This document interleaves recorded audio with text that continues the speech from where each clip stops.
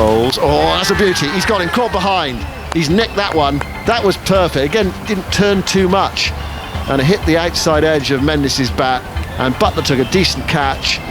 And the old Somerset combination, although Butler plays at Lancashire now, but he was a former Somerset man. Leach and Butler together get the breakthrough. A lovely left-arm spinner's dismissal. Well, it took some time, but finally Jack Leach broke through just before the close yesterday to take the key wicket of Mendes, to leave England needing 8 more wickets and Sri Lanka 130 runs to make England bat again. There's still 2 days to go, so England are favourites to win, but you simply never know. I'm looking at the pictures from Gaul. It looks a nice day there too. The sun's shining. I see Simon Doull out there with a long sleeve shirt, but nevertheless no rain spatterings on there at the moment. There's the lone Barmy Army member waving his flag from the fort ramparts, and we're all set to go on this 4th day. Actually, they were saying, the word from Gaul is that the weather seems as good today or even better than it has been throughout the game. So that's all good news, because it's perfectly set up, really. You still strongly fancy England to win the game, but you say you never know. 130 runs required by Sri Lanka to make England bat again. Tiramane is on 76, the opening batsman, who was badly dropped by Sibley on 51. Joe Root had some comments about England's catching to make after the close yesterday. They've put some down in this game already. Embledenia is the night watchman. He is yet to score, so he'll try and hang around as long as he can. Then it's a case of how many Sri Lanka can get before they are bowled out. England's spinners didn't have the greatest of days yesterday. If you look at, had 1 wicket between them in 61 overs. The other wicket that fell was a bit of a freak, really, a carved catch down to third man off Sam Curran. That was Pereira out for 62. So England perhaps didn't necessarily cover themselves in glory yesterday. They were bundled out in the morning. They lost 6 wickets for 101. Dropped a catch and took only 2 wickets in the 61 overs that followed. So today's a new day, and we shall see how they return to the fray. Ebony's having a cup of coffee. I caught you at it, Ebony. An early sharpener. I don't blame you to keep you going. How are you doing? I'm good. The caffeine has got me going, and I think we're set for a good one, Aggers. Well, look, on paper, either England, find that flow with the ball. I think they've started strong, but I think they could be a lot stronger in the field. But equally, I think it's a chance for Sri Lanka just to restore a little bit of pride. I think they did that yesterday with the way they batted, and they could fight again. Even if they don't win, I think it's important for the series that they show that resilience and that resistance that they did yesterday. So it should be a good one, I think. Yeah, absolutely. Andy Zaltzman has changed his background picture. Now, I think this could be the puzzle of the day, because he's not going to reveal why he's changed the backdrop. A very nice beach scene at Gaul yesterday. He's got Stonehenge behind him, or what appears to be Stonehenge. Now, why would a scorer replace his backdrop with a lovely picture of Gaul, which is where the game's coming from, with I might be wrong, there's a few lumps of stone there. I assume that's Stonehenge, Andy?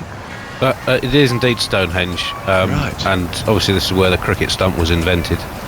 I believe it was 4,000 years ago to this day. So a bit bigger in those days, I guess.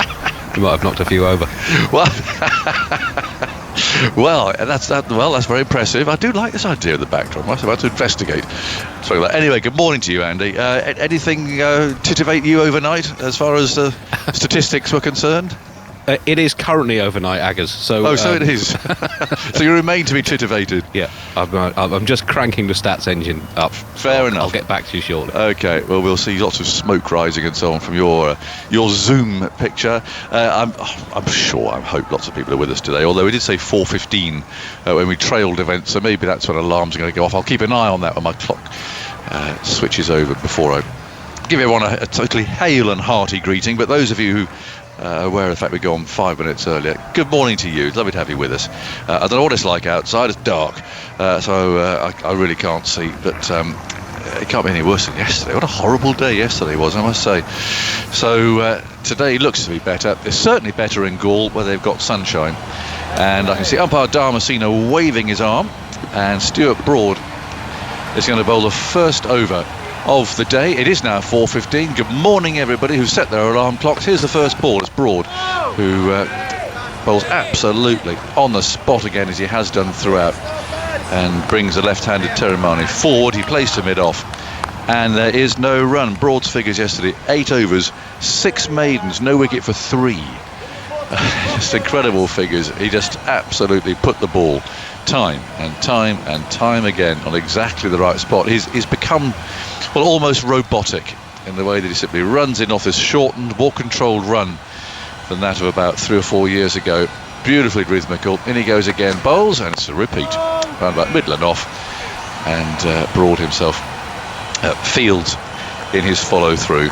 He bowled very well in the first innings, got some wickets. He just bowls so straight, doesn't he? I mean, he does, especially to left-handers. He's just found this rhythm, hasn't he? The angle, the consistency. The fact that he bowled the majority of the maidens, though, I think the spinners might have had a look at those numbers and thought we might want to match him today. Yeah, well, absolutely. And that's we've talked about it quite a lot in this game, haven't we, from the perspective of both sides. Broad again bowls, and that's outside the off stump. Now he has conceded maybe a couple of runs here. Sibley's after it, running away through the covers, and will they come back for 3? We'll see. But he's got to the ball now and throws it back, and in fact with 2 runs to Tiramani.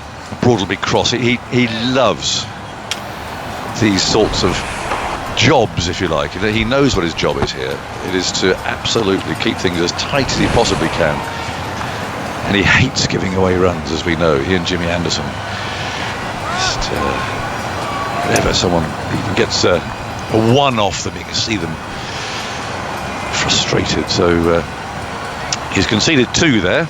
I'm quite spoiled his figures, but on his way again, round the wicket and bowls outside the off stump. No stroke this time from Tiramani.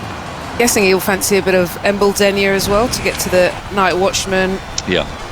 Bit of pressure on him. That would be potential for a breakthrough. Didn't see a lot of Embledenia in the first innings. He's run out backing up in that rather chaotic first innings of Sri Lanka's. So difficult to judge at the moment what sort of resistance he might put up against England here. But we shall see. Get pictures of Mickey Arthur inspecting the strip earlier on today. There's another push into the offside, this time straight to Sibley at cover, and there's no run. So Sri Lanka 128 runs behind.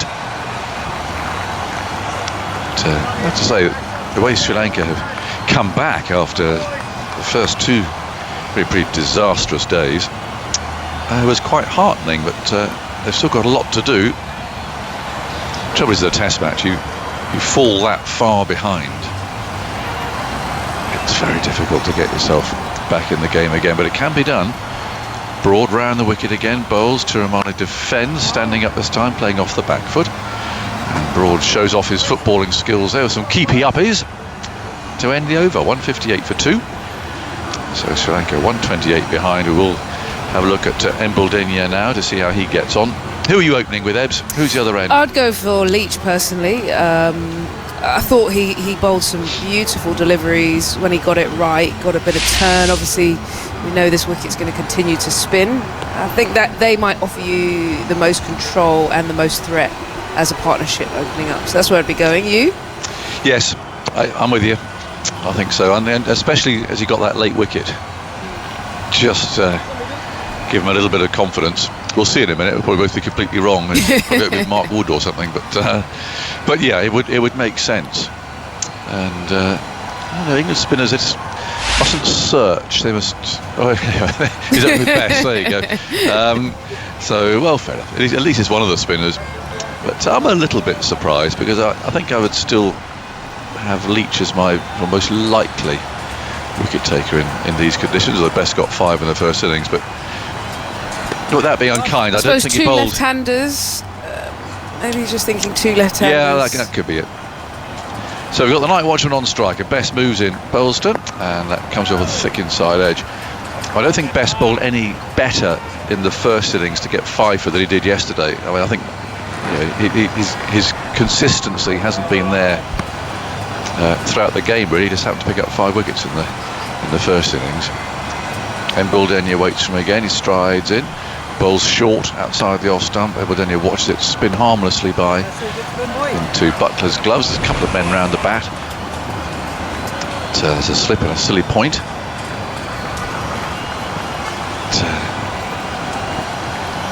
Very enthusiastic young man is Best. So there's a gully there as well as Embledenia forward now.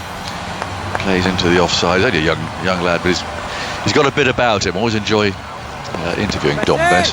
One of those always comes up very chirpily, says hello. There's not a shrinking violet, which is good for a spinner. It's Bess again. Bowles tossing that one up, and that's fielded by Bairstow, very close in there. Root's got his hands on his head there, as if that almost carried to Bairstow. The spinners need to be a bit feisty. You can't just toss the ball up at 50 miles an hour and not have a bit about you. 158 for 2. Bess again bowls. Even Victor would have a word, you know. Would he? Oh. No. Yeah, lovely old Victor. He's the nicest, sweetest gentleman I know. ever. He would get a ball in his hand, he would snarl a bit. And I was looking at this one before. I think it did go into the hand, didn't it? Oh, it did. Oh, one of those really difficult ones. It all happens so fast. This is outside the off stump, pushed away off the back foot. And there is no run, but that has to go down in my little book here as a chance. It's ever so difficult. Oh, hang on, they got a wicket. I'm sorry about that. It's with no effect and nothing else. What Embledenia has done there is spooned a catch to cover, and it all happens so low key that literally no one's done anything. There's no high fives, there's no celebrations, there's no jumping around, and Embledenia simply walked off. He's played off the back foot to cover. It's a catch taken low to his right, and that's as if nothing happened. That was remarkable. So he was dropped just before it, but it didn't matter. Have you ever seen a lower key wicket than that? Well, no, and there was no celebration whatsoever. No. Dom simply just it looked like he just moved to his right and just picked it up, but actually on hindsight, like you say, with the replay, it was clear. I think Embledenia was just pushing at it. I think, as a night watchman, he did his job yesterday, just getting through, but it doesn't look like against spin he had an organised game. Well done to England. I mean, that was the breakthrough they needed, but even they didn't celebrate. No, that was really bizarre. But again, it does just demonstrate that not actually being there, sometimes you don't get the best of views. But never mind. The wicket has fallen in the second over of the day. So now England can get amongst the meat of Sri Lanka's batting order, and they can do so when they're still fresh and it's not too hot, and they can get in now to Chandimal and Matthews and so on, those experienced players who could prove troublesome. In fact, Matthews is coming up ahead of Chandimal, which he did he batted at 4 in the first inning. So out he comes. The night watchman's gone for naught. It's a wicket for Bess, so a very good decision there by Joe Root to bring the off spinner on. And again, we're looking at a replay again where nobody did anything. It's just a standard. Not even the bowler. There was no sort of fist pump or anything. Very, very curious. Well, I guess the right decision in terms of Bess. We were talking about Leach, but I suppose just from the night watchman taking the ball away, his hands were going right, flirting with it, and clearly the tactic paid off. Yeah. So, 2 runs added, and England have taken a wicket. And the likelihood you feel is that they should keep chipping away today, but you never know. And they certainly didn't have the best of days yesterday. So we wait and see. A deserted Gaul ground I can see in front of me, no traffic. Sunday morning, of course, just 1 or 2 wandering round the roundabout, as it were, the road that goes all the way round this lovely ground.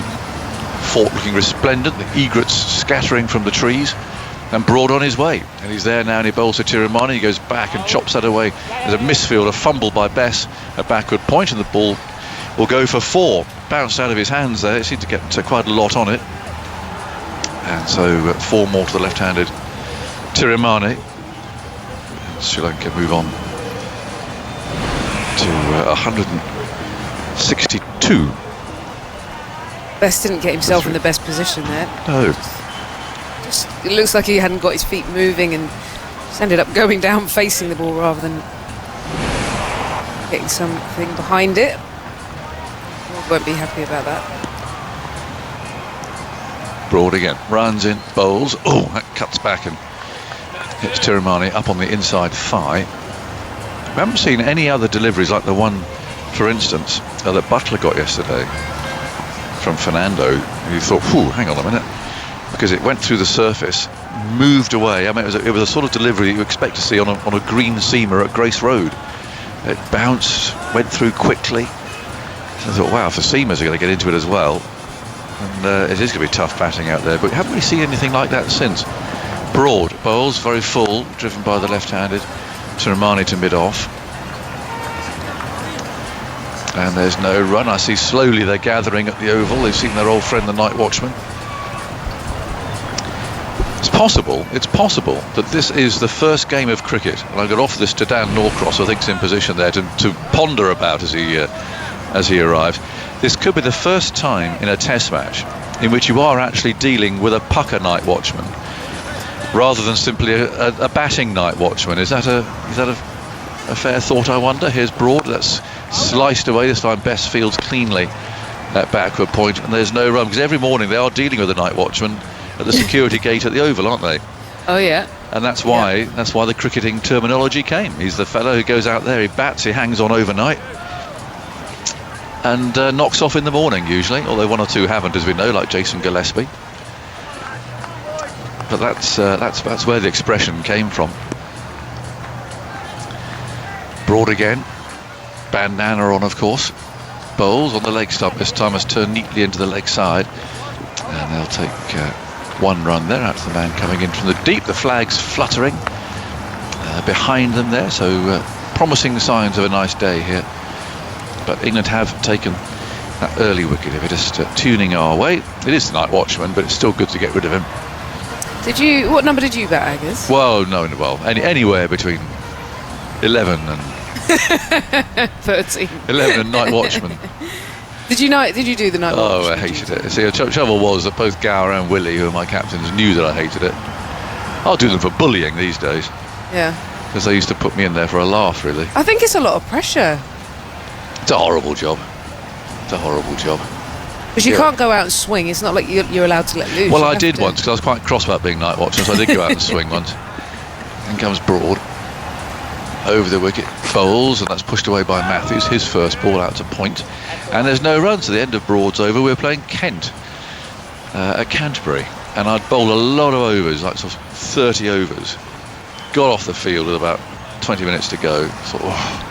And Gower said, get him on, your night watchman. I said, oh, come on, dude. Bowl boots. Okay, get him on, you're on. At that point, there was a howl from outside. I looked out, and Graham Dilly had got a wicket in the first over. Oh, dear. He said, get him on. So I was putting with pads on and stuff. There's a second howl, so I'm going in on a hat-trick in the first over of our reply. So I have to admit, the hat-trick ball wasn't negotiated with quite the concentration and focus that it should be. It was a swipe outside the off-stump that went for 4.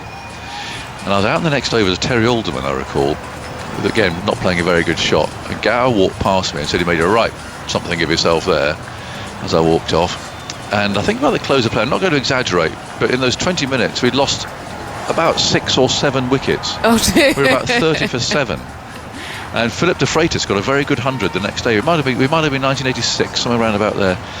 De Freitas got 100 and turned the game around, but it was a horrible. It's not a nice job being night watchman. Not when there's people like Sylvester Clarke and Wayne Daniel, and Malcolm Marshall. Oh dear. Not nice at all. Anyway, haven't got to do it anymore. Here's Bess round the wicket, and, played off the front foot comfortably by Tiramani, and there's no run. But yes, so our friends at the Oval are literally dealing with a proper night watchman as they come in every morning. Who comes in. Yeah, Simon Mann's drinking something there. I think that's coffee. Something else out of a glass. In goes Bess and bowls again and pushed away into the offside. I know it's a Zoom call, so it's not necessarily the best focus, but I've seen Simon look sharper. Maybe he's put the Zoom on some sort of light sort of haze or something. In goes Bess and bowls outside the off stump. There's no stroke this time from Tiramani. It's all soft focus, maybe. You could do that, can't you? Did you know there's a touch-up facility? I only discovered it halfway through lockdown 2. A nice touch-up facility. This is outside. I was going to be rude, but I'm not going to be. I was going to say that I imagine you hadn't got it on, but in goes Bess round the wicket and bowls it, spins away past the outside edge. But it is 4:30 in the morning, Geb, so there you go. Right. I've got mine on, actually.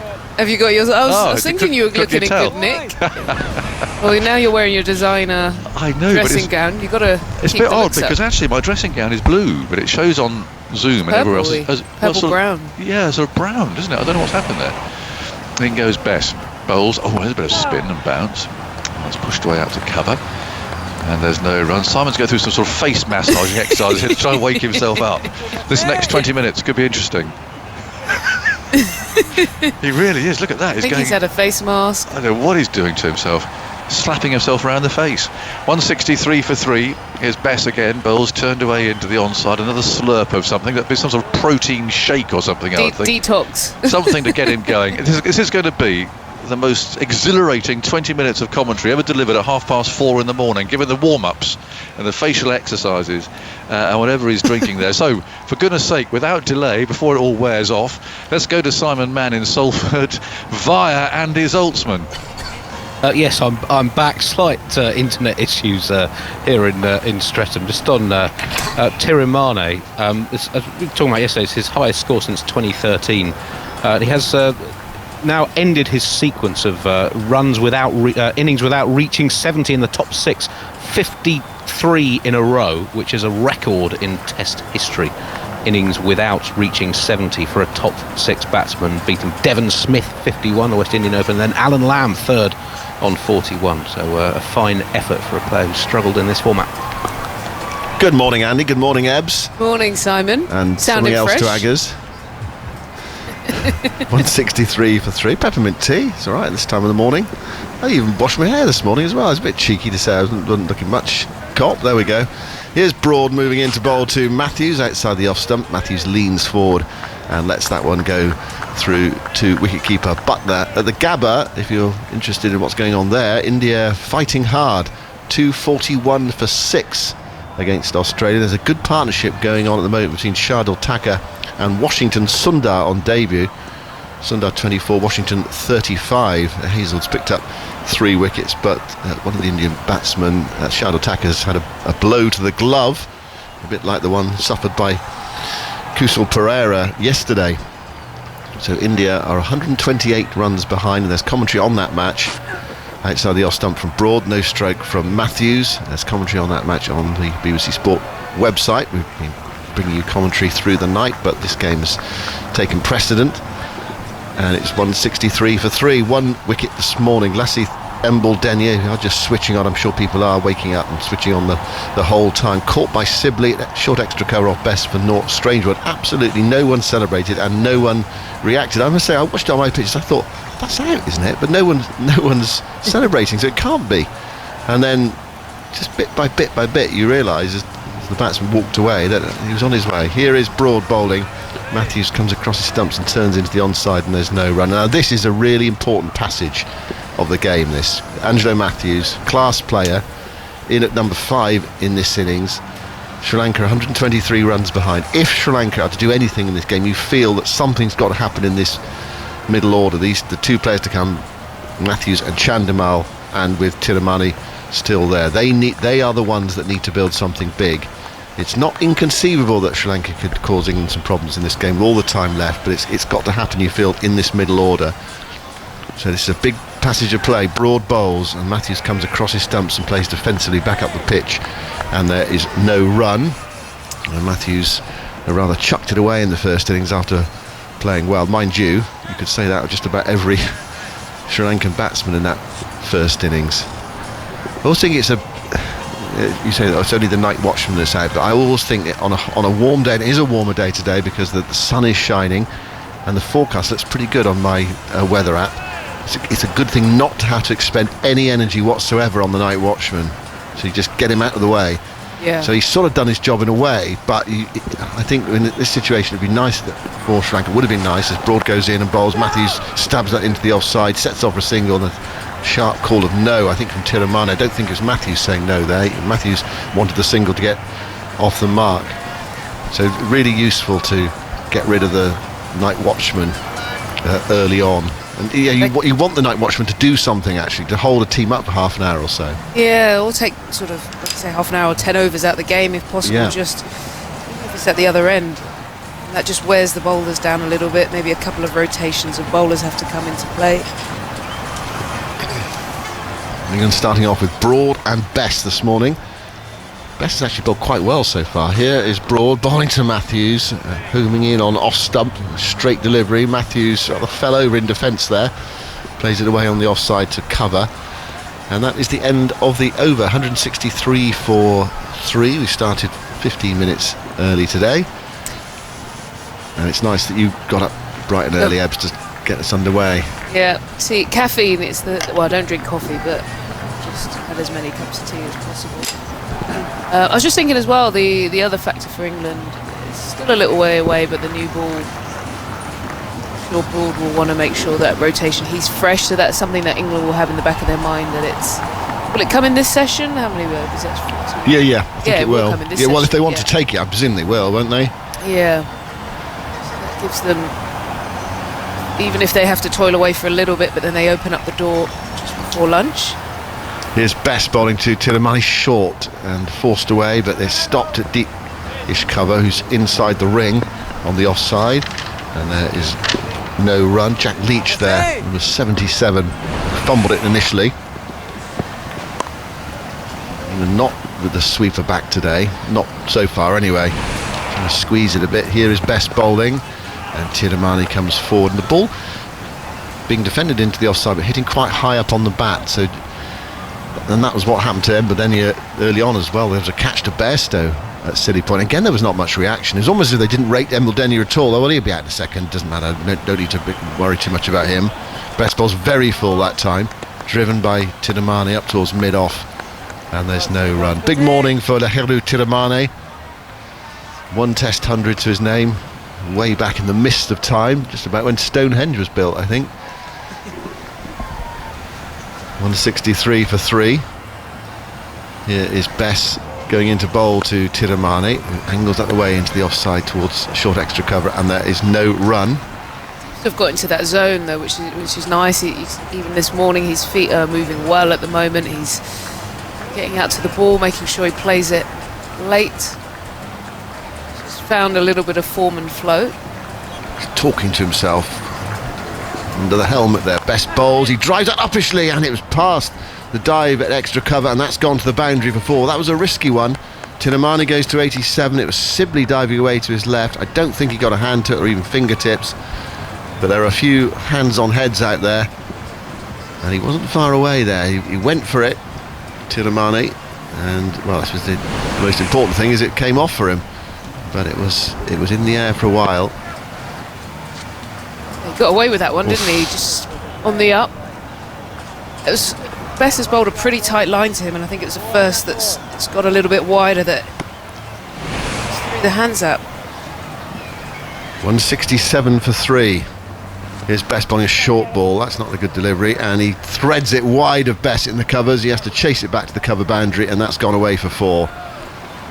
Well, that's a disappointing ball from Dominic Bess. It's one of those balls we've probably seen a bit too much of, and on this slow pitch you have time to rock back and crack it away. So 171 for 3. Tiramani winning the battle in that over with 2 boundaries, although he did give England a chance. And Andy, I just saw some of Tiramani's stats come up, which even though he's been on a long run, it looks like he had has an average of like 40 and has scored a decent amount of career runs. So he must have had like a good start or something, did he? Or? Well, that's his first class average. His test average is 23, so he's scored pretty heavily and consistently in Sri Lankan domestic cricket, but not in first class cricket, not in test cricket. The 250 is up for India at the Gabba. 253 for 6. That partnership between Washington Sundar and Shardul Thakur is continuing. I think they're moving towards tea. It's India's best 7th wicket stand at the Gabba. I think the forecast for tomorrow is not very good, so India's batting effort today is keeping them right in the game. It's making it hard for Australia, even if they bowled them out for say 280, 300, to go on and win the game with 1 session left in the day's play after that they go off for tea. Here's Broad bowling, angled away by Matthews down into the gully region, and there is no run. The last time I saw Shardul Thakur bat was in the IPL final, the one before last, where he needed 2 to win off the last ball, 1 to tie, and he tried to flick Malinga through mid-wicket from a slow ball, and was LBW. You think Ben Stokes in the World Cup final, show the full face of the bat, get something on it at least, and at least send it into a super over. It was a rather flirty flick through mid-wicket, and he was malingered. Anyway, he's having a much better day out today. Here's Broad going into bowl to Matthews, and Matthews comes forward and plays defensively back up the onside of the pitch, and there is no run. You're mentioning the new ball, Ebbs, which is 12 overs away. There's Broad, of course there's Curran and there's Wood. They could unleash Wood with the new ball. I wonder whether Root's also thinking, in an ideal situation, Matthews, he struck him, didn't he, in the first innings. Matthews turning his back, didn't seem to fancy it that much. I'd like to have unleashed Wood straight away on Matthews, but he's got that new ball in mind, and there is some spin out there, and Broad's his main bowler. All these things you have to weigh up as a captain. But if Matthews does hang around, there is that new ball in 12 overs. Broad bowls wide of the off stump. Yeah, he lets it go. Would hit Pereira as well, didn't he? So yep. He was able to find just enough to get them rushed. That would be quite interesting if they went for the new ball with him for maybe a 3-over burst. 171 for 3. Doesn't look to be much there at all for the pace bowlers. You've just got to use variations and patience and hope that a batsman miscues one, as indeed we saw yesterday from Kusal Pereira. And that short ball out to deep point. Broad goes in, bowls to Matthews. It is a short ball. Matthews ducks underneath it. It's noticeable Broad's got that leg gully in again. A feature of this match with Broad bowling. And we got Tiramane there in the first innings from what was a lazy shot, but he's more than made up for it in this second innings. Tiramane's closing in on what would be his second Test match 100, his other 100 on this ground. 155 not out against Bangladesh 2014. 253 for 6 at T, India at the Gabba. And Australia take the new ball as well. Broad bowls, forward goes Matthews, playing it defensively up the offside of the pitch, and there's no run, so the new ball hasn't had an effect so far. We've had 87 overs there. Washington Sundar 38, Shardul Thakur is on 33. It's been a gritting series, that one, and it's a shame that the weather does intervene. It's building up nicely, that game. India 116 behind. Anyway, here Sri Lanka 115 behind, with 7 second innings wickets in hand, and all sorts of possibilities ahead of us in the next 2 days, if we need all 2 days. If we do need them all, we're in for a riveting game. Here is Broad bowling full to Matthews, who clips that through wide mid-on. Nice shot.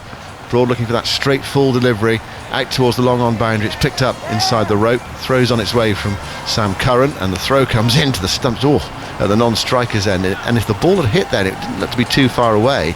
Then Matthews coming back for the third. He didn't really slide his bat.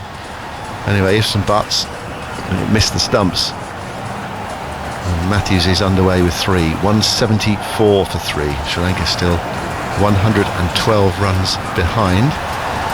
But sorry, go on, Ed. Sorry, I was just going to say, you feel psychologically, if once they get that score behind 100, like less than 100, to chase, and if they still have Matthews, then Chandimal, then Dick Weller, that still, and Shanaka, who can bat some, it still gives them enough hope. So I think that psychological edge of the next 12 runs will make a difference. Just thinking they've chunked away quite a lot at a big deficit.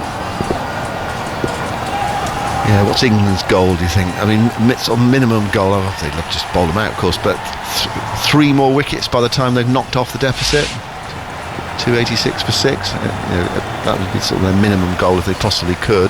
If it's, say Sri Lanka 280 for 4, 6 wickets left, and they've knocked them off, then you start to, potentially you start to get a bit fidgety as a fielding side after you've dominated the game. I think that's the point. You're so in control of the game, and England yesterday seemed to be in a position to take a first innings lead of 350 and even 400, and there's as many as that, then you're out of the game, aren't you, as the batting. So it's impossible really to unless you have one of that, once in 100 years sort of batting effort really, managed to score 500-600 in your second innings. Bat for a full 2 days. 174 for 3. Matthews on 3.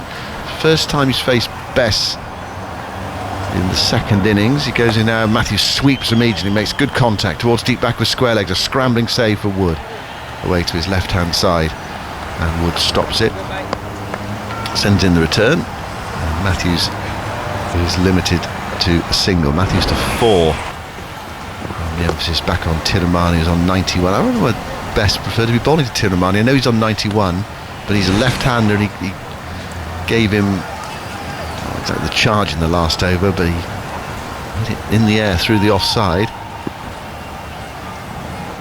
Interesting battle. Best round the wicket, bowls to Tiramani, and spun hard into the pitch there from Bess. There's a bit of shape on it, straightening, defended by Tiramani, and there was no run. He's not bowling with a very attacking field, Bess. Root's giving him some protection. Ring on the off side, and fielder saving on the on side as well. Root with one slip, forward goes Tiramani, respecting that delivery. Butler comes behind the stumps to where the silly point would have been, picks up, and there is no run. Best has been good length or full length mainly today, mainly of a full length. Bowls there to Tiramani, just a hint of outside edge. Tiramani stretches forward, thick edge out towards backward point, and there's no run. Best bowling in his sunglasses. Sorry, Ebbs. No, I was just saying he's definitely been better today in terms of just consistency. Best goes into Tiramani, it's a bit shorter. Tiramani goes back and tries to work it away into the offside square with the wicket. It spins towards Root at slip and picks up, and there is no run. Last ball of Bess is over. 175 for 3. Walk to the crease, goes in and bowls to Tiramani, draws Tiramani forward, plays out defensively into the offside. Butler comes from behind the stumps to pick up, end of the over. 175 for 3. Yeah, sorry, I was just saying, Best definitely has bowled better today. A couple that have got a little bit wide, but I'll say it's only 2, and actually one of those went uppish and nearly was a chance for Tiramani. So good to see. Maybe he's found some rhythm, maybe he's just had some thoughts overnight. And also he had a chance to settle into the left-handers when he first came in, so maybe just found a rhythm. But good to see. I think that's what England want from him, is just that consistency of line and length. And then sort of, if he can start chunking up some maidens, build some pressure for the team. I mean, it's a real challenge ahead for Dominic Best. These 2 test matches, 4 test matches coming in India. It's it is a great challenge. It's a great opportunity as well, but it's also, I suppose, to some extent fraught with danger. But he's going to be a cricketer who's learnt an awful lot between now and the end of February, middle of March. What are we going to do with Moeen Ali? Do you think, is Moeen Ali? I mean, they've said he's definitely out of the second Test match. Do you think that? I mean, is there something that you think could they play him? I don't know. Really, is in the next game? Or is it just asking too much? Well, I think they. That was what the word was, wasn't it? That he's not going to play in the series because he's only came out of quarantine yesterday. 6 days before a Test match? You've got to get your fitness levels up, I suppose, as well. You know, but you could see a change, especially of the pitch. I mean, the pitch is going to, you'd think, because it's been drying out over these 4 days so far, because they're playing on the same ground, you'd think the pitch is going to be drier for the next game, wouldn't you? So, would you like to see Moeen play instead of, excuse me, one of the seamers, perhaps Curran or something? I don't know. But they seem to suggest that he's out. Right, Matthews is going to face Jack Leach for the first time. Broad is off, and the result can give us Broad's figures this morning. Here is Leach bowling. Forward goes Matthews, and plays that defensively into the offside. A profligate 4 overs for 10. That 3 by Matthews took his economy rate for the innings over 1 at 12 overs for 13 overall. Here's Leach bowling, and that was good delivery there. Pitching middle leg, and forward goes Matthews, gets a thickish edge, but it goes along the ground. And that's the thing about this pitch. There isn't that much sharp bounce, so you have time to adjust. Leach bowling to Matthews, again with not an overly attacking field. There's a slip in, Leach goes in, bowls to Matthews, gives himself some room there, tries to force that through the offside, hits it straight at Curran at cover, and there's no run. So Leach has been given time to settle here, just the one slip, there's no silly point or a second slip, anything like that. It's a defensive field. 175 for 3. Matthews early on in his innings. Leach goes in, bowls to Matthews. Matthews comes forward nicely, confidently, plays that to extra cover, and there is no run. 1 wicket to go today. Embledenia caught by Sibley off Bess for naught, playing off the back foot and hitting it straight to Sibley at short extra cover, and no one celebrated. Leach goes in, bowls, short ball, cut away by Matthews. He's found the gap through the offside. It's a chase for Curran. I think it's going to be a forlorn one. Indeed it is. Leach just too short, and on this pitch Matthews able to rock back and crack it away. We've seen that so often so far in this game. Just thinking about the field here, like you said, Leach has just got the one slip. I just wonder if he should have had a catcher in front, maybe just entice him to come forward a little bit. It looks too easy at the moment there for Matthews to just rock back, punch it. I just feel that, especially early on while he's facing the left armour taking it away, there would have just been a little window. A couple more of those and you'll feel he's set. Yeah, Root's having a long conversation with Leach now about the field. I think bringing him forward and just trying to get him feeling for it. Have someone in front and just create that visual pressure as well. Yeah, I must say it does seem strange. The new man comes in. It's a very conservative field. I mean, you can attack in different ways, of course. Sometimes you can attack by defending. That doesn't sound odd. They've got a short point in, but it's the deepest short point. It's not silly point. It's 10, 12 metres further back. Leach has got protection on the deep cover boundary now as well. Leach goes in, bowls to Matthews on leg stump. Matthews turns away, he's a bit too full there to get that ball to sort of pitch and then spin. Matthews is able to nudge it away for a single. So 180 for 3. Sri Lanka are 106 runs behind. We're 10 overs away from the new ball. Embledenia was out for naught to best. Tiramani has 91. Matthews has 9. More from you, Ebbs, and then for the first time today it will be John Motson. No, Daniel Norcross. Got his sheepskin on. Cheers, Simon. Yeah, well, look, fair play to Sri Lanka. They've put up some resistance. Maybe not Embledenia are able to take a bit more out of the game, but you just sense Dan with a couple of partnerships, Thiramani set, Matthews and Chandamal, that 100 that they're trailing by could be etched into. Well, it could, couldn't it? But we have to put this into the wider context of Test cricket. I'm sure Andy Zaltzman has done that and will do. A first innings deficit of 286 doesn't very often get you a win. No. I mean, you might occasionally scrape a draw. Weather, yep. I mean, the forecast is okay at the moment and the sun is shining. It's all beautiful out there. The pitch will be getting baked a little bit more. We've noticed that the pitch hasn't really deteriorated. It's a very strange pitch. You just keep seeing bits of it come off and then it goes back to its previous colour.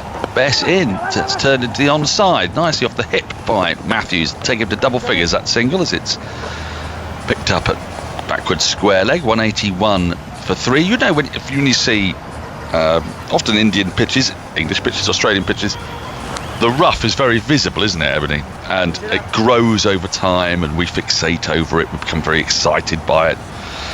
Here at Gaul, you see great bits of the pitch come off and then it sort of goes back to the same colour that it was before in the same place. I don't quite understand it.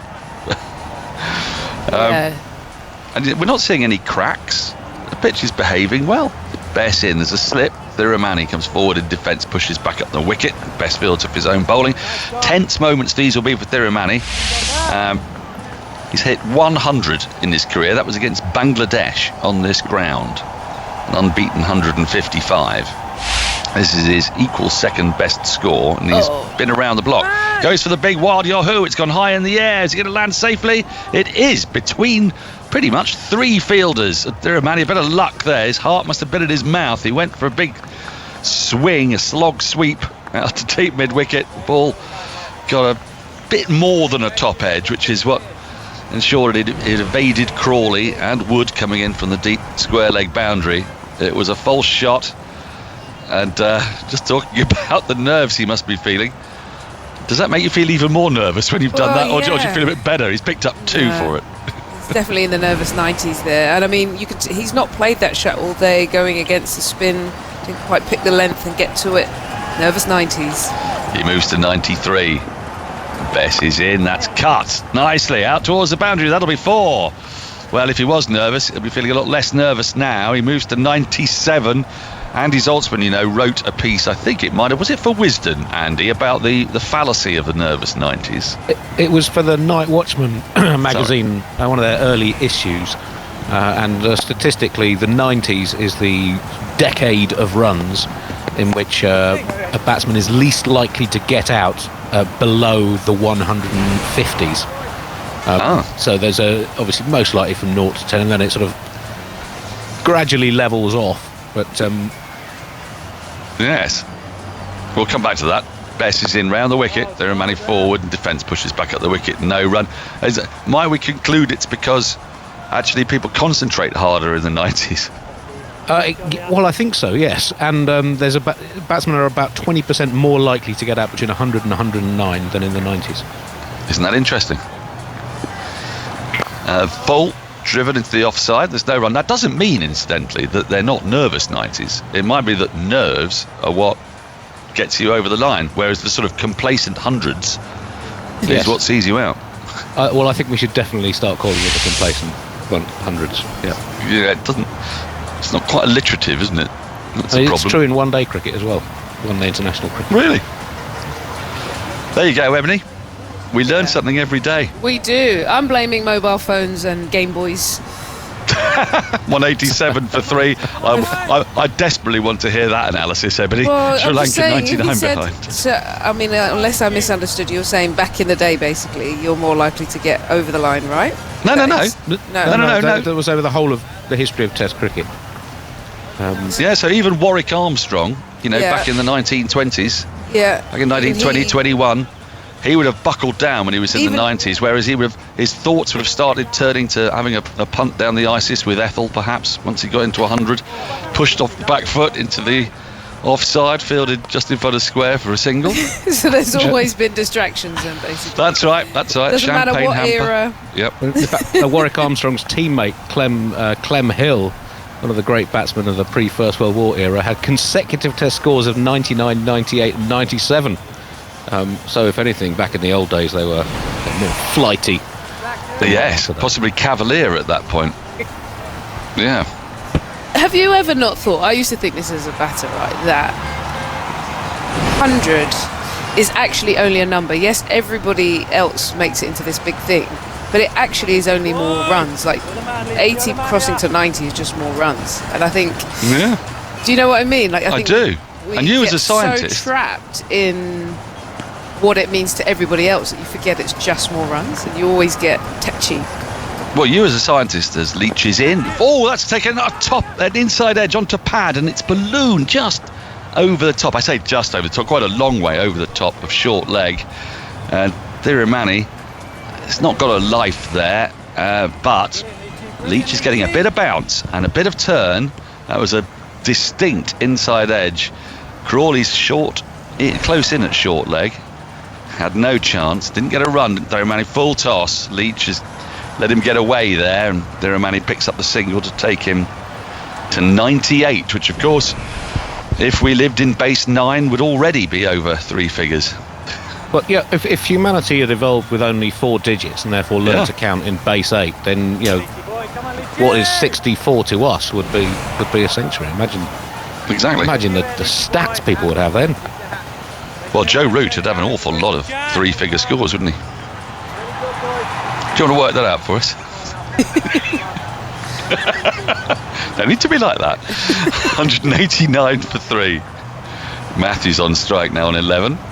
Leach into him. The right-handed Matthews pushes forward and finds a bit of a gap in the offside, but won't take the single as Crawley moves swiftly to his right at cover point to collect the ball. So how are we feeling this morning, Ebony? Day 4? Yeah, I think Sri Lanka are gonna. Are you speaking personally, or well, about the cricket? It was an open-ended question. You can answer it whichever way you wish. I And mean, it will I reveal feel your great. character. 20 cups of tea and I'm good to go. But in terms of Sri Lanka, I think they're just going to put up more resistance than anyone anticipated. Feels like it, doesn't it? Leach in, forward and in defence comes Matthews, pushes into the offside. No run. How important do you think the new ball is? Sometimes we might perhaps underestimate the value of a new ball in subcontinental conditions, but here, important. Yeah, it's going to give route options. We talked about whether you might want to give Wood a burst. It might give Broad a little bit more to work with. Just give the hurry up a bit, perhaps. Yeah. Forward comes Matthews and pushes the last ball of Leach's over to short extra cover. End of the over. A bit of incident in that over. Thirumanni surviving when he got an inside edge onto pad and the ball just ballooned over the top of Crawley at short leg. 189 for 3. 8 overs to go until that new ball is available. The deficit 97. Matthews has 11. Thirumanni has 98. Oh, Ebony, we're going to give you a little break. You've been on non-stop for 50 Been on minutes. for like hours. You have. Hours. We've loved every minute of it. Thank so you. I'm gonna hurl the question that you were manfully answering to Michael Vaughan, who's arrived with Beanie. Morning. How are we? You're I'm right. very well. How are you? Conditions up here are better. They're a lot better this morning. No rain. Yes. Yesterday I was a bit worried. Yeah, it was a bit damp. No, it's beautiful. If Manchester can be beautiful at 4:30 in the morning, today's the day that it's beautiful. Glorious day for it. Well, this is a very inspiring start to the day. Bess in to the left-handed Thirumanni. Full toss again from Bess, giving Thirumanni an easy run when he's on 98. We talked a little bit with Andy Zoltzman just then about how batters actually tend to get through the 90s better than any other decade up to 150, and yet when they're helped with full tosses and a deep set field, it's going to make it easier for a man who must be very nervous at this stage. I'll come to you in a moment, Andy. I saw everyone's got hats on today. That's Tuffers. a nice one, Andy, isn't it? Look at that. What's that? That's I think it's Streatham. I think it must be his ice hockey team. Flipped away off the pad by Angelo Matthews down to short square leg. There's no run. Is that Streatham? Ice Streatham hockey? Redhawks. Streatham Yes. Redhawks ice hockey hat. You into your ice hockey, Andy? Oh I love ice hockey. Oh, really? Yeah. Sheffield Steelers used to go to the arena in Sheffield on a Saturday evening in the days. 90s, I think it would have been the 90s, wouldn't it, when it first started? When it is best, by the way, into Matthews. Slip in, forward comes Matthews, advancing down the pitch a touch and pushes it to Sibley at short mid-wicket. When we were up in Salford doing the social, Andy took us to an ice hockey game. Isabel Westbury and myself. What team was that? Bess in, forward short leg. Matthews again advances and just smothers the spin into the onside, slightly awkwardly. And there's no run. Manchester Storm That was it. against Cardiff. It's a very fast-paced game. I can't say I followed it all. Andy, was there an ice hockey player in Sheffield called Ron Sudra? Bess is in. Matthews stays at the crease this time and whips it away, and it bounces off short leg, and Bess has his hands on his head. To say that was a chance, it's one of those ones that really has to stick. It just bounced off the left arm. You want that to deflect on to the keeper, don't you? Yes. Balloon in the air. They're going for that tactic again.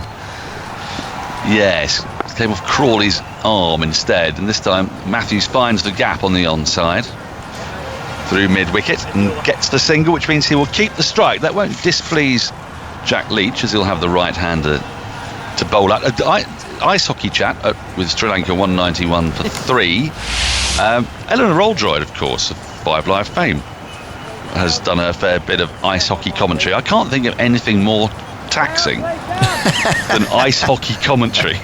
It's a great game. Oh yeah, but it's so quick. There's a lot going on. And players keep coming on and off. I mean, we talk about substitutes and think, oh well, this is going to makes life very difficult when there's a substitute fielder on for a cricket commentator. Ice hockey commentators have got people coming on and off every 30 seconds. As an ice hockey commentator, are you allowed to commentate on the brawls that tend to happen quite often? Surely. They have specialists they tag in for the... I think Mike Costello comes in for that, and Steve Bunce. Right, Matthews facing up. Start of a new over from Jack Leach, bowling left arm around the wicket to the right-hander. There is one slip, no more. He comes forward in defence, pushes into the offside. There's no run. This has been a really solid start for Sri Lanka today. They've lost just the one wicket, and it was the wicket of their night watchman who paid a curious little push to short extra cover to go for a duck at the end of the second over of the day. Leach in again. Forward solidly is Matthews. Again, there's no run. And it's a very, very tall order for Sri Lanka to get back in the game with a deficit of 286. But they're doing everything that could be asked of them here. The deficit just 95. 6 overs and 4 balls until the new ball becomes available, and Matthews rather prods defensively at this next delivery. A better length from Leach, drawing the batsman forward, stabs it into the ground, and there's no run. Root gesturing to Jack Leach, not quite sure what that gesture meant. It was a sort of calm down, be patient gesture. Back into his crease goes Matthews and cuts it into the offside. But there's no run. There's Crawley Fields in the covers. Dan, the issue here for England is that they're on a pitch that's just offering quite a lot for the spin department. And in a couple of weeks' time, they'll go to India and it probably won't offer quite as much as this. And then they're up against some players that are of the higher quality. This isn't a great start for the... Jabbed into the onside again by Matthews. A very full delivery into the onside. Bairstow collects it. Short mid-wicket, no run. Yeah, it's not a great start for the spin. I know they haven't played a lot of cricket, so you have to be a little bit wary, but going forward they will have to be more consistent. What are they doing wrong, Michael? Is it's lengths, is it? I mean, it feels lengths a bit too lengthed, really, and there's a better delivery from Leach, drawing Matthews forward again, pushed into the offside, end of the over, 74 bowled. Sri Lanka 191 for 3, Matthews 12. Dhiramani will be on strike on the threshold of his second 100. Yeah, I don't know. I mean, they're bowling some decent balls, in and around the right zone. I mean, Phil's next to you. He'll know a lot more than me about bowling spin at this level, but there just doesn't seem to be enough on it. The best ball just doesn't seem to have enough drop or enough spin, enough revolutions. It's just a decent ball. At this low, I mean, you look at the ball last night that Jack Leach produced to Kushal Mendis, it was a beauty. He just kind of drifted in and then spun, bounced. Good catch for Joss Buttler. I haven't seen too many of that style of delivery. I know it's difficult to produce that ball every ball, but the best balls don't seem to be that good a ball. Would it be perverse to say that actually Embledenia has out-bowled England's 2 spinners? Despite taking 3 for 170 odd. I mean, he did get the ball fizzing past the outside edge a few times. Got the ball turning back in to the right-hander from wide of the crease. Bess to Dhiramani on 99. Dhiramani pushes into the offside. Fielded at short extra cover, and there's no run. Well, it's a good point, mate. I'll say that Embledenia's best ball looks a better best ball than Bess and Jack Leach's best ball, if that makes sense. Yeah. Dhiramani. How must he be feeling here? He's been waiting years for a second 100. He cuts away and he's got to get it. And he gives a roar as the ball rolls away to the boundary, takes off his helmet. This has been a terrific knock from Dhiramani. A little bit of luck here and there. Dropped early on, but he moves to 103 and he raises his helmet and his bat. The relief he must feel, because the amount of pressure he's been under. The Sri Lankan media has got after Dhiramani, not overly surprisingly given his poor run of form, but he's picked up his second 100 in his 37th test. His first one came at the same venue against Bangladesh, 155 not out. Well, I think on this occasion, I think he'd probably say this is the more important innings, with his side trailing by 286 to come out and put in this kind of gutsy performance. He must be delighted. 195 for 3, Sri Lanka. Bess round a wicket into him, pushed back to the bowler, and there's no run. Michael. Yeah, fantastic. I mean, you just mentioned 37 tests. He made his debut, I think it was in 2011. He's played a test every year since then, but he's only still played 37 games, so he's been in and out of the side. As an opening batter, you know that your kind of currency is hundreds, and for him to only have just got his second is it's Bess in, pushed into the offside, and there's no run. It's not a great return for an opening player, but he's played so well under pressure, the game situation, for his place in the side. He's played with a tremendous control, good scoring options as well. He swept the ball nicely. That cut shot's been Bess in, bowls full toss, which just works back to a square on the onside. It has been a fine knock. He was given a little pat by his it's not his captain, is he? Former captain Angelo Matthews, as he ran past him as the ball went away to the boundary. I'm going to leave you to discuss it, Michael Vaughan, but we're going to go to Andy Zaltzman, because he's going to remind us in a moment as Thirumanni defends the last ball of the over. 195 for 3, Thirumanni 103, Matthews 12. That batsmen suddenly get out in the complacent hundreds, as we discovered earlier. So thoughts from Andy Zaltzman first, and then it will be Jonathan Agnew. Yes, the numbers on Thirumanni's 227 balls. He reached it with his 11th 4. In terms of gaps between centuries, one of the longest ever for a specialist batsman, 54 innings. Mahmudullah of Bangladesh, 68 innings is the longest. Alan Border had a 61 innings gap between his 23rd and 24th hundreds. Wasim Raja, and then Neil McKenzie and Thirumanni with 54 innings are the longest by specialist batsmen. Various wicket-keepers and all-rounders have had longer gaps. And in terms of the nervous 90s, Michael, you are behind only Don Bradman in having most innings unblemished, getting through the 90s without being out in Test cricket. You had 18, Bradman had 29. There you go. There we are. Morning, Michael. Good morning, Aggers. How are we? Well, very well. How's indeed. the beaver this morning? All right. I'll tell you what. I could tantalise you with the aroma from the beaver this morning, so you can have a little guess at what that is. 195 for 3. Matthews on 12. England have taken 1 wicket so far this morning. Just tuning our way. New ball due in 5 overs as Leach bowls. Matthews forward. I thought last night, well, if I'm going to get up at 3 o'clock again tomorrow, I'm going to wake up to the smell of fresh bread. Ooh. So I've just been downstairs now. It's all, the timing worked. So have you got one of those machines, have you? Yeah, I fired it up, pulled it out of the depths of some cupboard somewhere where these things normally end up after a few months. Here's Leach pushed away into the leg side this time. What Eganfield. What bread have you gone for? I've gone for a sort of a country wholemealy sort of nutty sort of type. And have you put it in the toaster yet, or? I've had one piece. Have you? Couldn't resist, but the smell around the house is just. So yes, here's Leach bowling, and Matthews forward, plays into the leg side. And your journey was uneventful, presumably? No, very quiet. Nothing Good. On the roads. I've got my breakfast, packed lunch today. I've gone for a bit of a change today. I've gone honey roast salmon flakes. Right, yes. A bit of salmon. It's an unusual breakfast, I know. Egg and spinach, a couple of boiled eggs.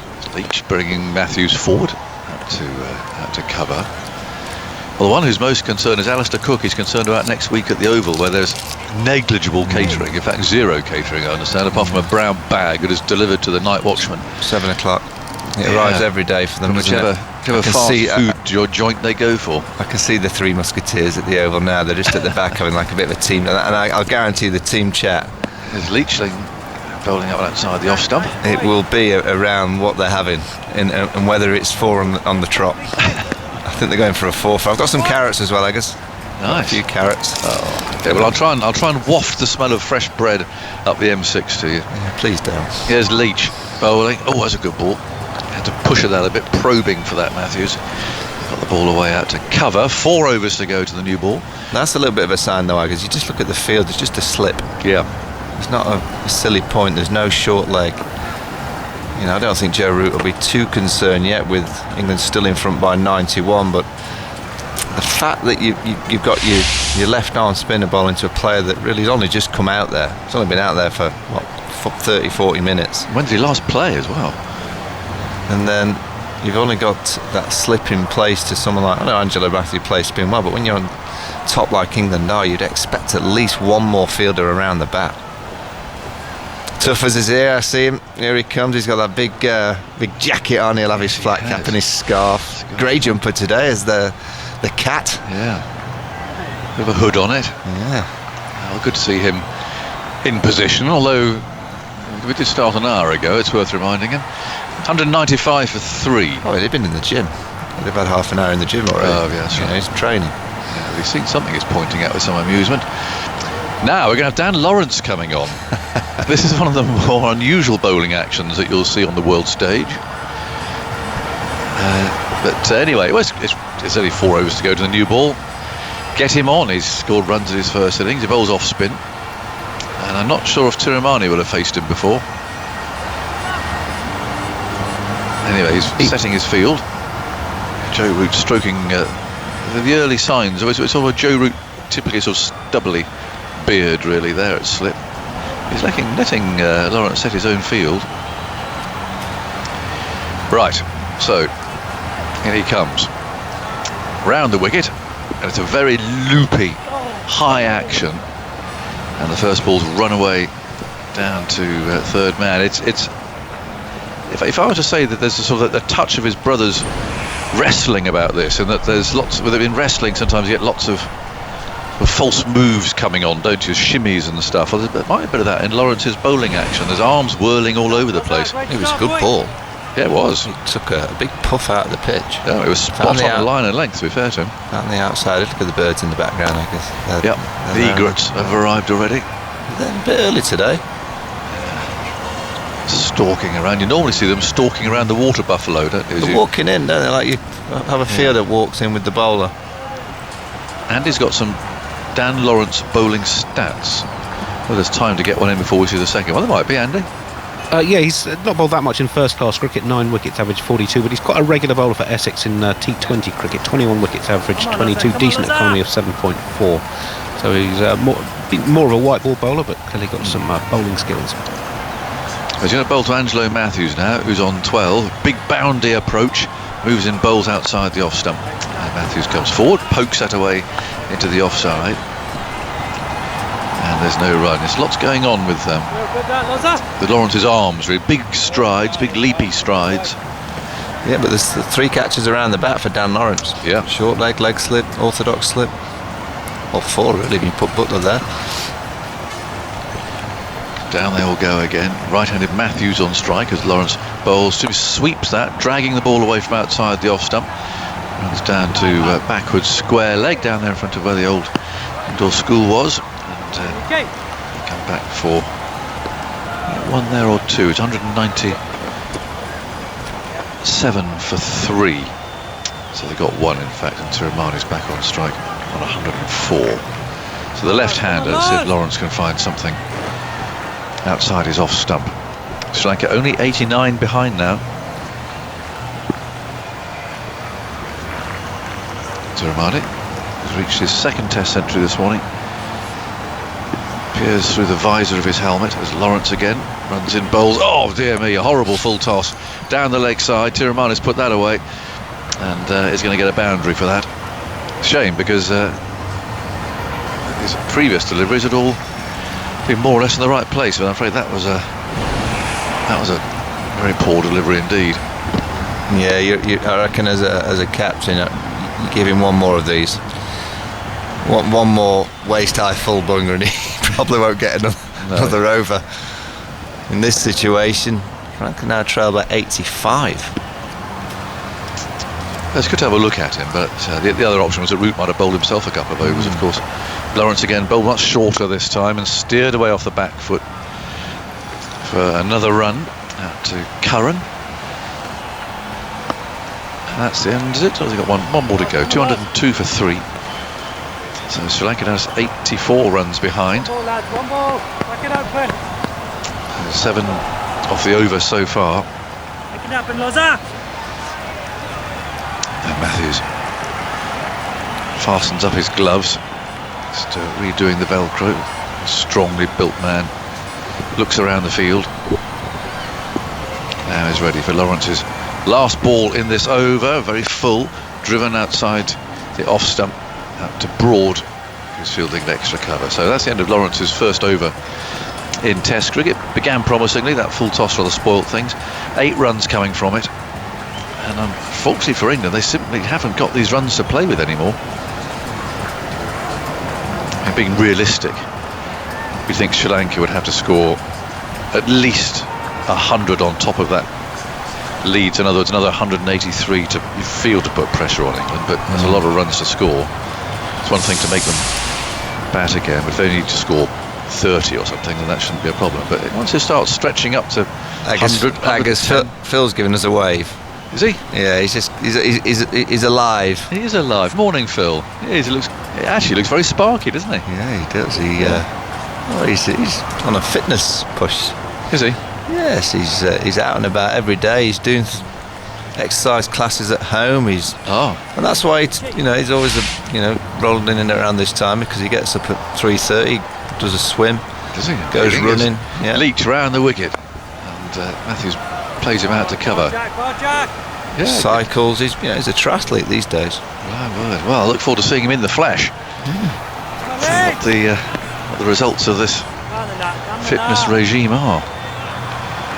203 for 3. I'll say Emma and I signed up for one as well. I think most people do this time of year, don't they? Here's Leach, that's driven away out to cover. He's got a mug with it says innocent bystander on it. Oh. Well, Tupper's always won one of those. Henna's at the back of the box. He's got a nice bobble hat, I can see. He's got it kind of just kind of on. Is it? Where's Wally has a bobble hat on his head? It kind of on top of your head, not kind of down below the ears. Looks a bit like Where's Wally, doesn't he, Henry? Certainly, it's a test match like no other, this one, as far as we're concerned anyway. I hope people are enjoying lying there in bed quietly, or working or driving, whatever you're doing, but enjoying the cricket in this unusual way, as Leach bowls too short. Too straight as well. Yeah, straight to the man at backward square leg. Get it out there. How many times? Get it out wide of off stump. We've not seen him have a period of 2 or 3 hours where he's just thrown it out wide of the off stump to the left-hander. Just look at the game, Agus. Sri Lanka bat the day. Yeah. And that's what they'll be saying. Just bat the day out and see where they are at the end of it. Leach again is down the pitch this time. Tiramani flicking him for a single to long on. Broad throws the ball back again. Tiramani walks the run, if that makes sense. Doesn't break into a trot even. And these two put on 47 already from 88 balls, so they're cracking along in test match standards. Certainly not like a team that trying to cling on and save a game at the moment. They're batting with more purpose than that. But they're being given bad balls to hit. That's well, I'm just looking at Joe Root's face. He doesn't give too much away, but I can see there's a bit of anger in there now. Yes, it's a tightening of the lips with Joe, isn't it? Yeah, you can see he's angry. He's like, come on. Yeah. Got to switch on here. I mean, look at this for a field. This is a one-day field. Yeah, you can feel this drifting. One slip, wicket on the boundary, cover point on the boundary. Mid off a bit deeper. Bowls. Oh, that's found an edge and bounced just in front and wide of Root at slip. And then grubs away for a single to backward point. Root's on his knees there in the gall dust. As another run goes to Sri Lanka. They trail by 80. Well, this is the problem, Mag, is you bowl a really good ball, and this is a good ball. It's spat, and there's only one slip. There's no other catcher around the bat. Yeah. So really, you're looking for either a beauty that he bowled last night or a mistake here. Leach looking rather frustrated there. That one didn't go to hand. In he comes again, short, straight, pulled into the leg side, hits the short leg fieldsman again. How many times we've said that? But I think it's Lawrence in there now rather than Johnny Bairstow, who's having a breather. 206 for 3. Now 2 overs to go until the new ball. 80 runs now separate the two teams. And I wonder if Root will go for Lawrence again. It's going to be a drinks break as it happens.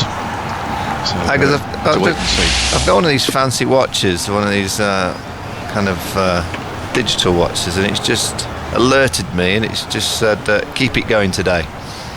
Oh, so that's a good bit of motivation from the watch. Yeah, well, I think it sounds like the same as mine that warned me about my heart rate during the World Cup final. Do you remember? it went off and said, "Watch out, your heart rate's you're going to have a heart attack, more or less." So that was worth remembering. But we're on this scheme where you count the points up and yes, yeah, it's good. Very regimented for trying to get a. Well, we didn't really have Christmas excesses because Christmas sort of didn't really exist, did it, this year? But it was a very strange event. But anyway, along with everyone else is doing a fitness regime or counting their calories or whatever it is. We're in there with you. Although, having made the fresh bread, I'm only allowed one slice of it. So. You're under orders, are you? Oh, total orders. Yeah, just the one. Well, surely Emma wouldn't be up yet, though, would she? Well, no, I can have a sneaky second, perhaps. But, can you cut the slice very thick and then cut it in half again? Does that still count as one slice? Look, I want to lose the weight. Yeah. I'm not going to cheat just because the bread's lovely and smells amazing and irresistible. What do you have on your toast, Ag? Is you Marmite? Marmite, do you? Oh yeah. Really? Can't start a day without a bit of Marmite. Yeah, and a portion of Marmite. All goes with it on a fresh bread, just toasted. Oh. Anyway, there we go. But just restricted access these days. So Sri Lanka's morning again. They lost a wicket early. Very odd, didn't you think? Did you see the wicket fall? Perhaps you were on your way in. Yeah, I was listening. Yeah, it was. It was absolutely a non-event, and it was really strange. It wasn't just me that said it, because I think Simon kindly rather endorsed the view up there in Salford. That you just couldn't tell that someone was out because there was no celebration at all. It was just a really odd thing, and it's odd because, well, at the start of a day, England need wickets, England need to win, or all that. They get a wicket in the second over, and you really you couldn't tell. It was very, very odd. Have you seen the replay? Not as yet, but you might get it in a minute. I mean, I can imagine. It was really strange. Yeah, I think they've just got to be careful that wickets like that. You still want to celebrate a night watchman. Get out there. You've got to be like delighted that you've got a night watchman out. Well, I don't understand why you wouldn't. No, I agree. It's Bess's first wicket, and it's a start that you want. You'd think everyone would be jumping around, high fives all over the place, and here we go. But it was not like that. It was completely flat. So that was strange. It struck me as odd at the time. Just looking at the wagon wheel of Tiramana, he scored 6% of his 100 down the ground. That tells you everything. 30% have gone kind of behind square on the offside. Yeah. But just 1% of his 100 has gone through mid-off. That tells you everything of the length that they've. It does. He's obviously been nullifying the balls that have been full. He's thinking, right, I'm not interested in driving down the ground. I'll just wait because he knows they're coming for that short ball. Yeah. Well, the length and the line, doesn't it, really? It demonstrated this. He's been working so many balls off his pads because the length has been a little bit too short and the line a little bit too straight. So he's got so many of his runs from. So a drinks break happening at Gaul. Seeing more pretty pictures. Someone in this Sri Lankan television company, I think, was given a drone for Christmas because we're seeing an awful lot of drone shots of Gaul. They're very nice, and it does really set the scene, particularly where the ground lies in relation to the fort. But, anyway, someone's been having fun with that. And Lawrence is going to bowl another over. He's running to Matthews, just 80 runs behind. Second new ball is due in 2 overs time as Lawrence goes bounding in and bowls very full. I think it's a low full toss again, which is swatted away to mid-wicket and fielded by Bess. Lawrence mops his brows with his shirt hanging out. Slightly unkempt. He's not an Alex Stewart when it comes to the turnout, and nor's Don Bess. 206 for 3. There's Matthews over his bat again. Waits for Lawrence, who bounces in, bowls. Matthews comes down the pitch and mistimes that drive. He liked the look of that, but Lawrence managed to drop the length a little bit, and Matthews mistimed the drive. He's on 16 from 50 balls, Tiramani 110. There's 3 men catching, Root there at slip, urging on his teammates as Lawrence once again bounces up a very high action, bowls. Matthews sweeps him this time, getting down on that front knee very quickly. Leach throws the ball back to Butler. And now for Tiramani. field scatters a bit. He has got 100. But short leg comes out. Bit of news from the Gabba. Oh yes. India are 273 for 6, and Tim Payne's just dropped a catch. Ooh. Behind the stumps. Washington Sundar, left-hander, rearing delivery from Mitchell Stark. He kind of flew off the outside edge, and he tried to get one hand to it. Wasn't an easy one then. I wouldn't say it was that difficult, to be honest, Agus. Lawrence again, bowls leg stump. It's turned neatly into the leg side, no run. It was a funny one. He kind of just went up with one hand, where usually you see keepers kind of just jump up with two. I don't know if he's got a problem with his. I mean, it's quite high. Yeah, it's high, but you'd expect to have seen the keeper take that one. Sounds as if Simon's lent you the big screen today, is he? No, we've got another screen in the far corner. There's Lawrence. Oh, there's a spitter. Butler takes it. That was an absolute beauty. I mean, to a man who's been batting for 239 balls with 110. That's from round the wicket. And it's pitched, well, it's pitched around middle stump. There's like a detonation there on the pitch. There's just dust and everything everywhere as that landed. Turned square and beat the bat. Very well taken by Butler again. Here's the last ball of the over. Lawrence, unfortunately, lets the pressure off there. That's outside the leg stump. And turned away out to mid-wicket. So the new ball is 1 over away.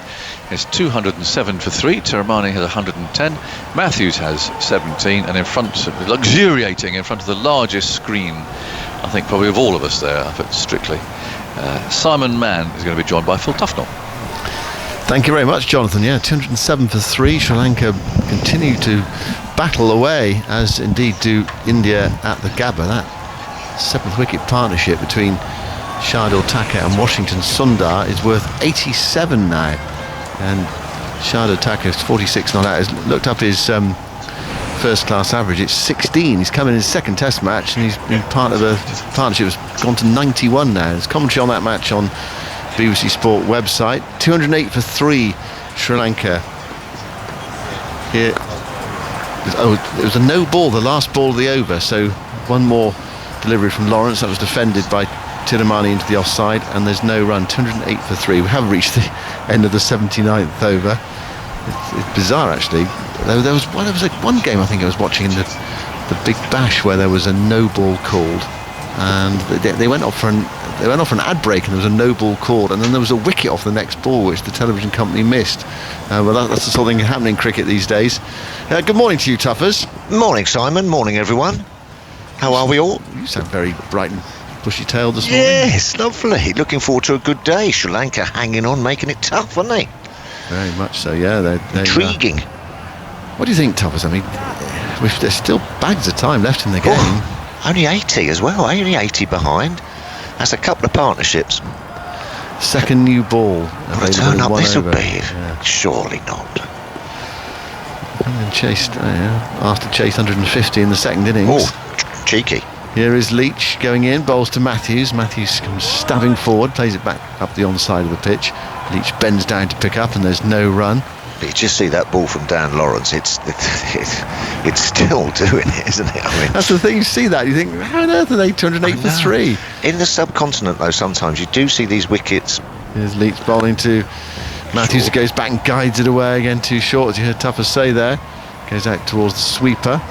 You do see these wickets sort of start off and start the spin, let's say end of day one, let's say, they start doing a little bit, but they don't necessarily sort of start going underground or bouncing anymore. They just sort of stay the same, don't they? They don't really fall apart. You think in English conditions, you'd think, oh crikey, that's going to be an absolute dust bowl by day 3 or 4. Yeah. But they sort of hold on, but it's still there, and you just get the feeling England get 1 or 2, the tails will be up. But Leach bowls, Tiramani sweeps, he's stuck on the pad, ball outside the off stump. Outside the line there. I prefer that line though to the left-hander. Get him outside off stump a little bit. Not too straight, the spinners to the left-handers for me, and the lengths have been a little bit too short as well. Listening to Russell Arnold last night, he was saying you've got to get people playing forward in Sri Lanka. Here is Leach bowling. Tiramani better. Playing forward there. The ball balloons away into the onside towards short fine leg. Leach was a peanut. Well, there was an inside edge on that, I'm not sure, but it did go in the air very quickly. There's definitely some bat in it as well. The replay we're seeing is the ball before where Leach had the LBW shout, but it was hit well outside the line, got outside the line for the sweep shot. Here's Leach bowling. Tinamani goes back, guides it away into the onside. There's a fielder at backward square leg who hurls the ball that stumps the non-striker's end, but Tinamani is comfortably home for a single. He's on 111, his second Test match 100. His first Test 100 was 155 not out, which suggests that he's happy to dig in as well and go for the big one.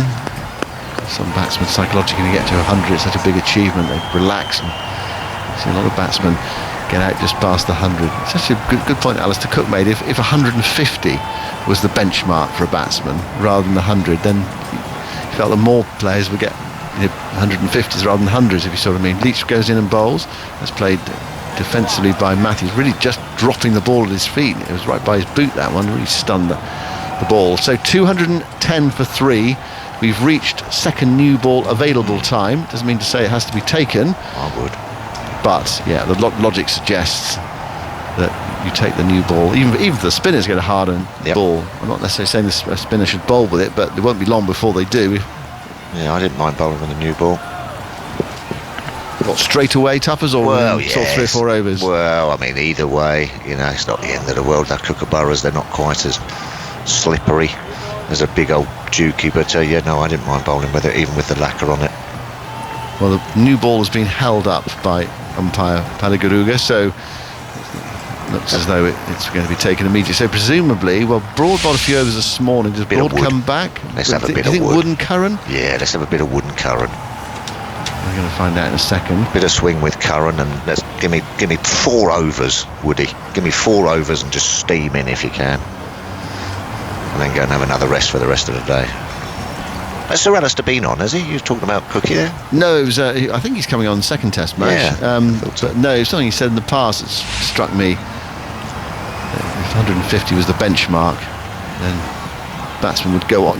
Because it's that psychological thing. You get 100 and you tend to relax, and and he's got some stats on that actually. Whether batsmen out is it a more batsmen out between 100 and 120 than 120, 140, 160, etc. No, it's easy to work out. Let's have a look at results on. We were talking about this a little while ago while you were off air, and I wrote an article about it a few years ago. And there's about batsmen are 20% more likely to get out between 100 and 109 than in the 90s. Right, there we go. Can only be psychological. Curran bowls with the new ball. Tiramani guides it away down into the gully region, or backward point region. Bit of swing there. There was. Taking it away from the left-hander. And this is Curran's job here. With the new ball, bustle in. Try to pick up a wicket or two with a swinger. Perhaps get one onto the pad and get an LBW. An outside edge. Yeah, you really want him just to bowl at the stumps, don't you? Nice and full, bowl at the stumps. If you get clipped or driven a couple of times, not the end of the world. You've got 2 slips in. Curran goes in, bowls to Tiramani. Struck on the pad. That was a bit leg-side-ish. There's an appeal from the 2 slip fielders. Nothing from Curran. He knew that was down the leg side. Tiramani looking to clip it away. So England, they haven't been over-attacking this morning in terms of their field placings.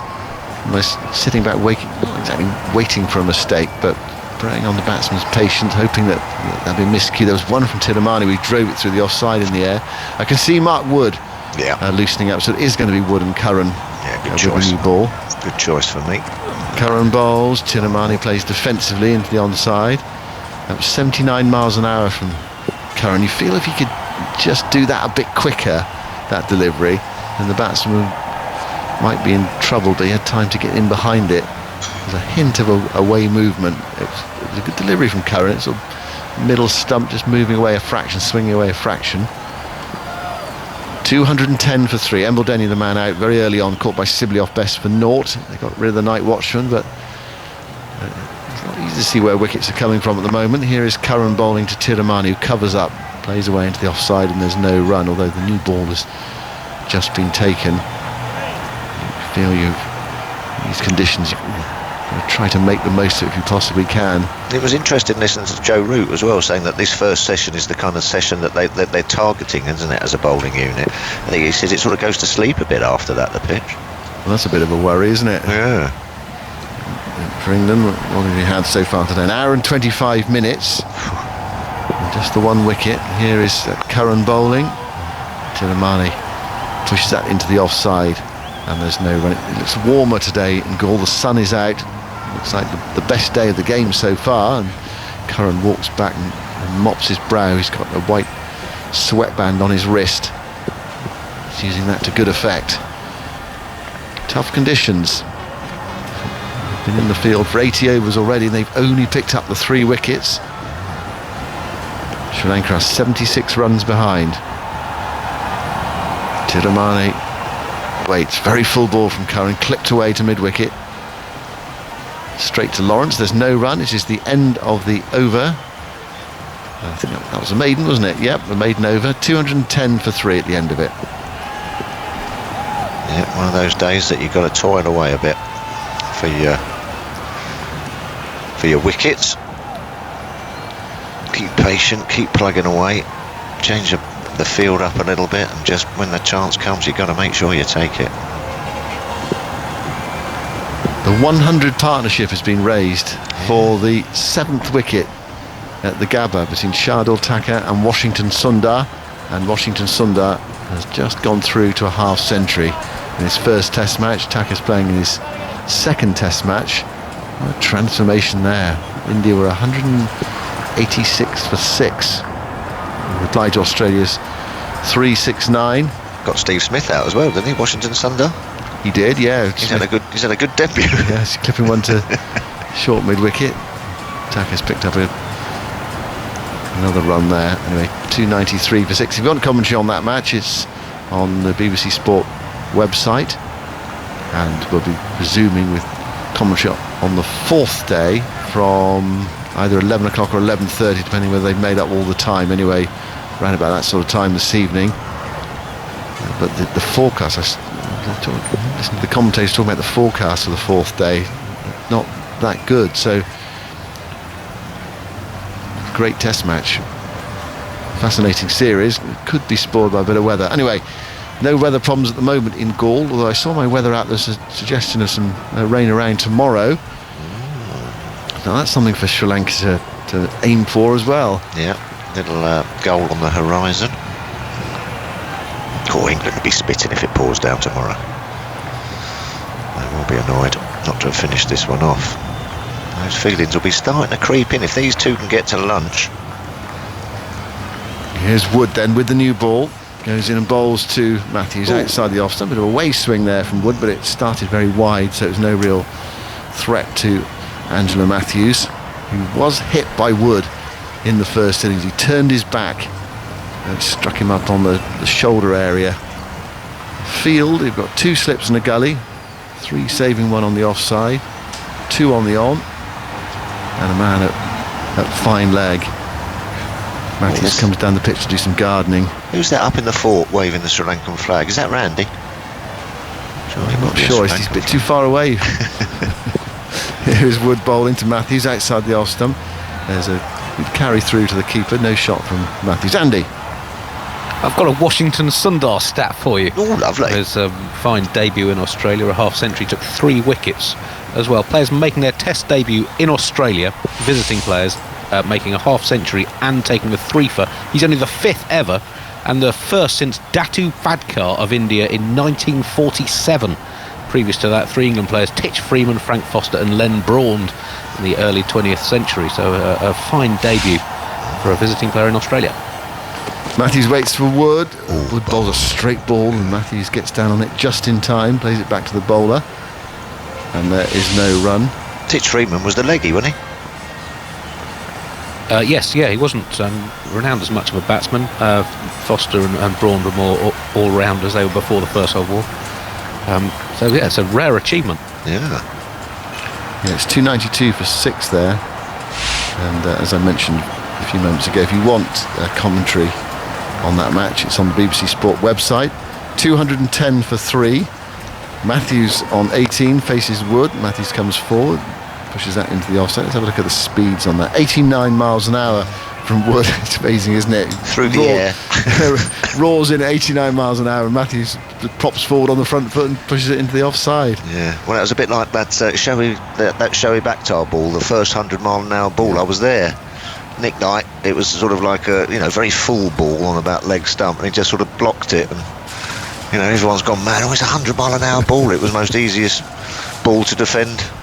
Did it feel like a really fast ball when you're watching it? Not really, no. Wood bowls wide of the crease. Matthews went to turn it into the onside, go off for a run, but good scrambling piece of fielding from Bess away to his left-hand side, stopped it. No, if it would have been sort of whizzing past the nostrils or something, you might have gone, but it just looked like a sort of slightly over-pitched leg stump ball, which he just stopped with his bat. Is that the only 100-mile-an-hour ball recorded? 100? I mean, there was some talk that Jeff Thompson bowled a 100-mile-an-hour ball, but I mean, how they recorded it back in the 70s, I'm not so sure. No. Yeah, where did that come from? I don't know. How did they record that? They didn't have a speaker. They did a fast bowling competition, I think, on Australian television. They had them bowling in front of a grid, so they could film it and measure the ball against the markings on the grid, I think. There's footage on YouTube.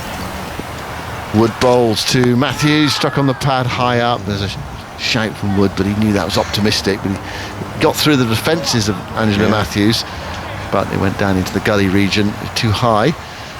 And it's the end of the over. 210 for 3. Sri Lanka continue to grind it out. 2 overs ticked off with a new ball. Good Both over that maidens, one, yeah, it was fast and straight. Both maidens, Andy? I think that's right, isn't it? Yeah. It is. I got the thumbs up. You have just switched on a Sunday morning. Was it just past 5:45 in the morning? Emble Denny was caught by Sibley off Bess early on at short extra cover. England did not celebrate, as if they just expected to get the wicket. So I was listening to that in the way in. What was that all about? It was one of the strangest dismissals I've ever seen. I actually say, when I was watching it, I thought he's caught that, and yet no one reacted at all. Absolutely no one. So he thought, oh well, it must be optical illusion then. And then gradually realised what was happening. Was he dropped the day before?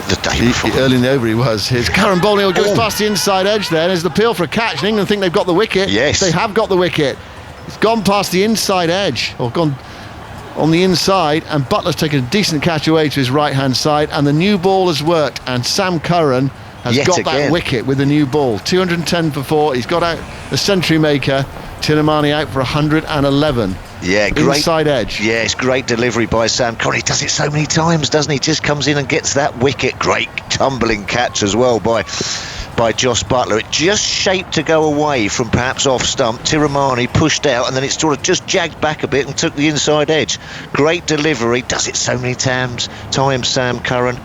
And then Buttler, who was perhaps sort of going to the offside to the left-hander, then just had to check back with the inside edge and managed to hang on to it. But a great breakthrough for England. That'll give them heart. Sam Curran, the man, does it again. Tinamani walks off very slowly, gets applause from his teammates and the backup staff, the Sri Lankan backup staff. It deserved a huge applause from the crowd, that innings from Tinamani. 111 off 251. I'll let Andy do the stats, actually. Go on. Yeah, 111 from 251 balls, 12 fours. His second test 100, 8 years and 55 innings after his first. The longest gap between test centuries for a Sri Lankan test batsman. Good catch that, Simon. Quietly, wasn't it? It was. Butler. He's caught a couple of good ones in this second innings. Yeah. Good one to get rid of. As you say, we're talking about Mendes. Yeah, we're talking about difficult conditions for, bowlers and batsmen with the heat and everything. I mean, the keeper, up and down every ball. You've got to concentrate every ball. Some are exploding, some just sort of, stopping in the pitch a little bit. You've got to be right on your game behind the stumps in Sri Lanka, and that was a great catch by Buttler. Well, for me, this is the partnership now. Matthews and Chandimal. If Sri Lanka are to get anything out of this game, the captain and the former captain, two class players in the middle order. There is Dick Weller to come, and he'll be unpredictable. He's not a bad player, Dick Weller, quite aggressive. Yeah, you'd expect him to give you a few chances, wouldn't you, Dick Weller? Yeah. But if that, if they can, this now partnership can just, 50 partnership, just build that. Dick Weller comes in and plays a few shots, and a couple of the other guys hang around. There could be some batting to do for England here, but that's going to be a big boost for England. That's just what you need. You take the new ball. How many times does it deliver for you? And that's just going to give England a bit of a boost. If they can get one or two more quickly here, Sri Lanka might fall down. Yeah, big moment in the game this. There's Chandimal about to face his first ball from Curran. Curran bowls wide of off stump. Chandimal leaves it and allows it to go through to Butler. That was a more straightforward take, that one. 210 for 4. What was that about, Tuffers? What was that Butler shout? I don't know. On the buses? It was just my inner monologue came out there on air. I don't know, yeah. Show me age there a little bit. On the buses, yeah. What was it? I'll get you, Butler. I'll get you, Butler. Yeah, when I said that's a great catch by Butler. I don't know. It's early, Simon. It's early in the morning. Chandimal, meanwhile, played defensively to Curran into the offside. And there's no run. Yeah, you've got to keep an eye on your inner monologue, haven't you? This early. Don't know what's going to come out sometimes. But you're right. Huge little passage of play here now. Sri Lanka still 76 runs behind. And it's always felt a long shot for them to put some pressure on England. But you never know on these type of surfaces. Here's Curran bowling. Chandimal drives nicely into the offside. He's off the mark. He's found the gap there. Bairstow is beetling after it towards the deep cover boundary. That very peculiar run of his. He is a little beetle running after it, wasn't he? And 2 to Chandimal. Looks like he's been in the old gym, Johnny Bairstow. How's your gym work been going, by the way, Tuffers? It's been going very well, thanks. Yeah. I've been doing a little bit. Feel better for it. Good. Dawn got those weights for you, didn't she, before Christmas? Yes, she did. Yeah. How do you know this? Yes, no. Every day, is it?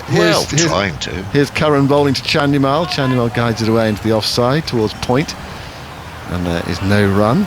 Yeah, no, we've got a little area now that we do a little half an hour, 35 or 45 minutes a day. Just ticking over. Getting yourself a bit fitter. Why not? Nothing else to do, is there, really? You know what I mean? If you can't get yourself fit in lockdown, crikey, you have got every opportunity, haven't you? There's no excuse. Lots of people have been buying dogs as well, so they can walk. Oh, that's what I should have done. This is Curran bowling to Chandimal. Chandimal's up on his toes, playing back to the bowl. It's the end of the over. That was a key over with a new ball for England, with Curran breaking through, getting rid of Tiramani for 111. Sri Lanka 212 for 4. They're 74 runs behind. More from you, Tuffers, and then Daniel Norcross time. He seems just to have that knack, doesn't he, Curran? You would have thought this pitch wouldn't have been up his street, flat, and he's slightly small and skiddy, and there's not a lot of sideways movement, but time after time he delivers in those crucial times, doesn't he? Breaks partnerships. Very good bit of bowling. He's got 2 for the two openers out. He's a bit of a golden arm. Daniel. Yeah, well, a bit of contrast with the first wicket he took, which was short and wide, and that was very golden army, and then that one was right on the money, wasn't it? It was just shaped back in the last minute, and Tiramani, a little gap between bat and pad, the inside edge. Butler did take a good catch. We saw on the replay a bit of a juggle, but he held it safely. Now then, this new ball, absolutely key for England, it feels. The left-handers have gone, so Jack Leach will be happy about that, because he'll have some right-handers to bowl at here as Wood comes hurtling in with 2 slips, and Matthews works full ball from outside off stump to the onside, backward a square for a single. Jack Leach, who bowls left arm, throws right arm. Very strange. Kevin James used to do the same. He used to play for Hampshire. James, yes. Yes, Kevin James used to. Not too many of those knocking about.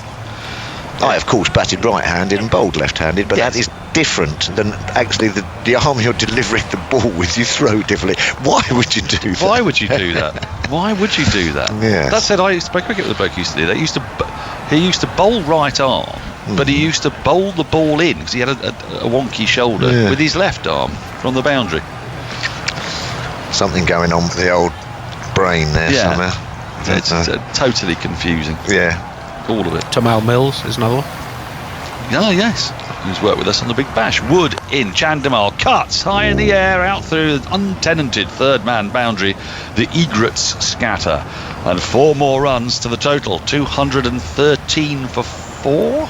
England won't mind. 217 for, I beg your pardon. The deficit now just 69. England won't mind seeing that, and that's what just a bit of pace, even on a slow track, does for you. Short and wide, you just feel that you want to get that bat toward. It's almost a reactive or an instinctive, isn't it, shot? You just put the bat there. You could get top edges or drag that on. England won't mind seeing that. I tell you, I could give some plaudits to the egrets though, because they anticipated that ball coming at them very quickly. They heard it here at the Oval, not so much. You know, that ball creeps up on them while they're pecking away determinedly at the ground. Whereas these egrets, they were watching, pushed into the offside. They go through for a quick single broad. Does the fielding at widest short mid off. Throw comes in, not an ideal one, but Matthews would have been home anyway. 218 for 4. He says, as keen hearing the egret. I think so. As the shot was played, honestly, they began flying. And you know, I think you just good ball awareness. Very knowledgeable birds here at golf. Oh, I think that was a late cut. It's coming my way. Yeah. Well, actually, it's funny you should say that with the keen hearing, because when I was a youngster, when I was 17, 18, I used to come to the Oval and I used to commentate for a blind fella in the pavilion. Lovely. And when I first started, it's why I occasionally tried to give the field 2 slips in, pushed into the offside by Matthews. There's no third man. Into the offside, there's no run. I used to say, and that's been, it's short, and he's hit that down to third man. And this lovely chap would say, I know it's gone to third man. Is there a third man? Yes. With his hearing, he could tell the sound off the bat where the ball was going. It was quite extraordinary. Yes. Yeah. And on this occasion, there wasn't a third man at Chandimal. There were a bunch of egrets at third man, or third. 218 for 4. The deficit 68.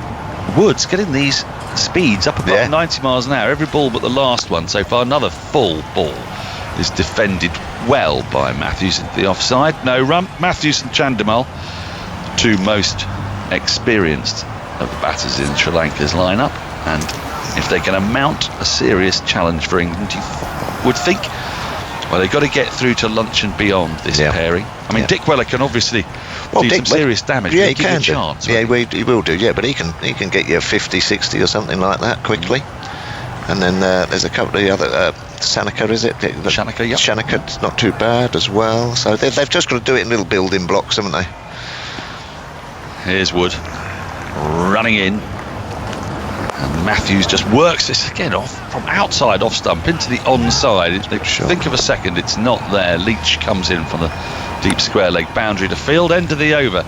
219 for 4. Matthews has 20. Chandimal has 7, and the time is ticking round to just shy of 6 a.m. and I'm sure it's the sort of time when many people get up, don't they, on a Sunday.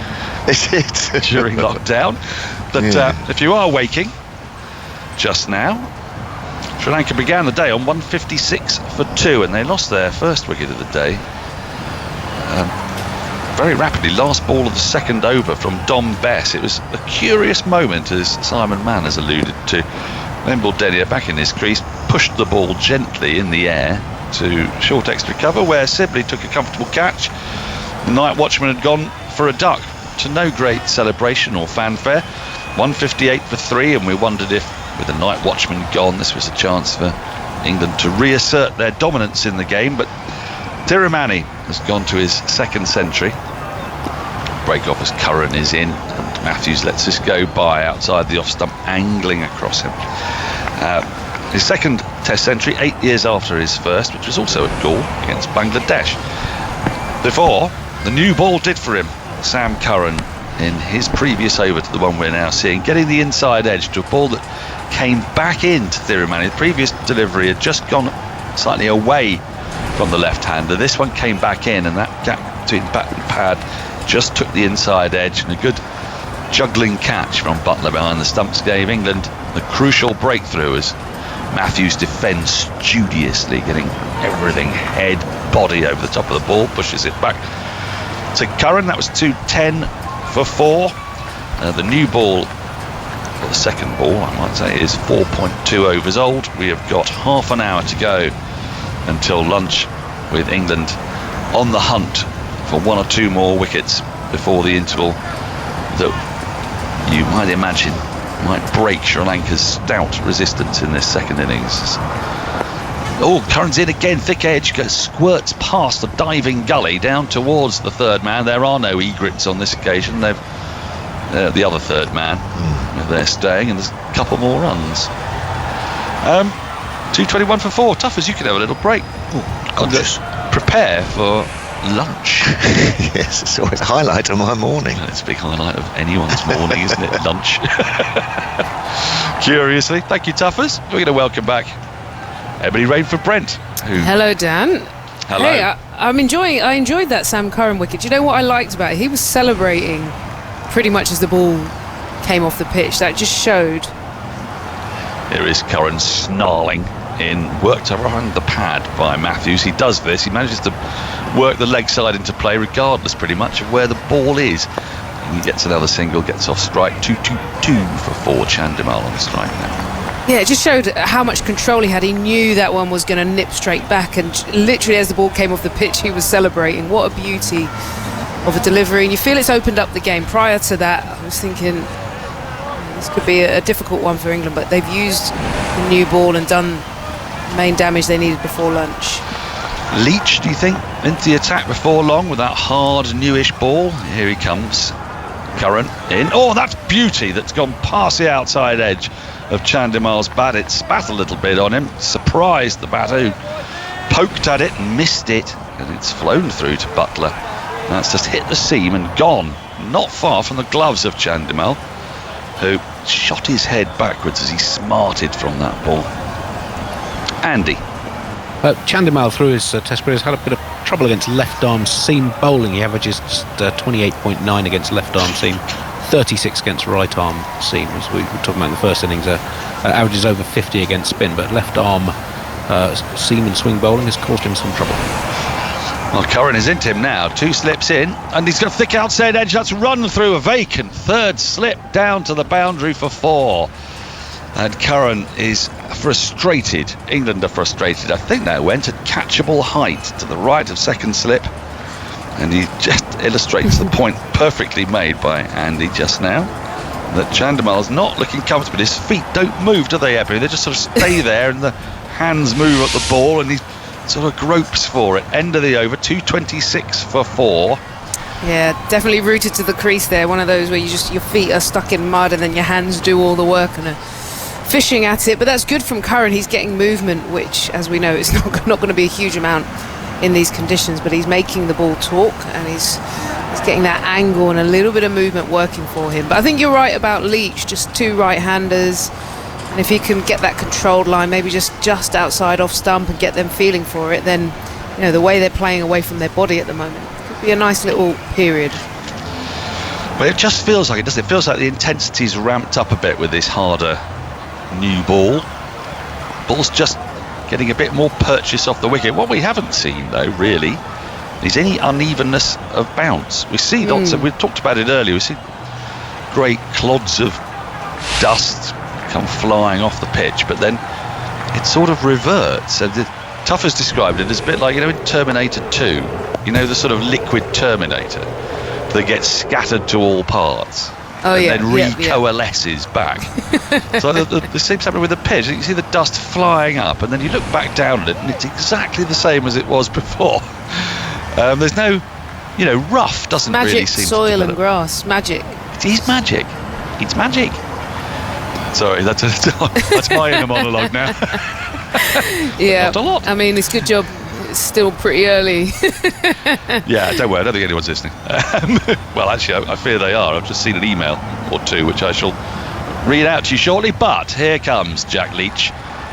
No great surprise into the attack with this hard ball, only 5 overs old, with 2 right-handers and their key right-handers, Angelo Matthews, Dinesh Chandimal, and we're peering through the runes, trying to understand how England's winter may go, and this is the sort of test that Leach is going to be facing frequently. He's in, round the wicket, too short, punched off the back foot by Matthews, square of the wicket in the offside for a single.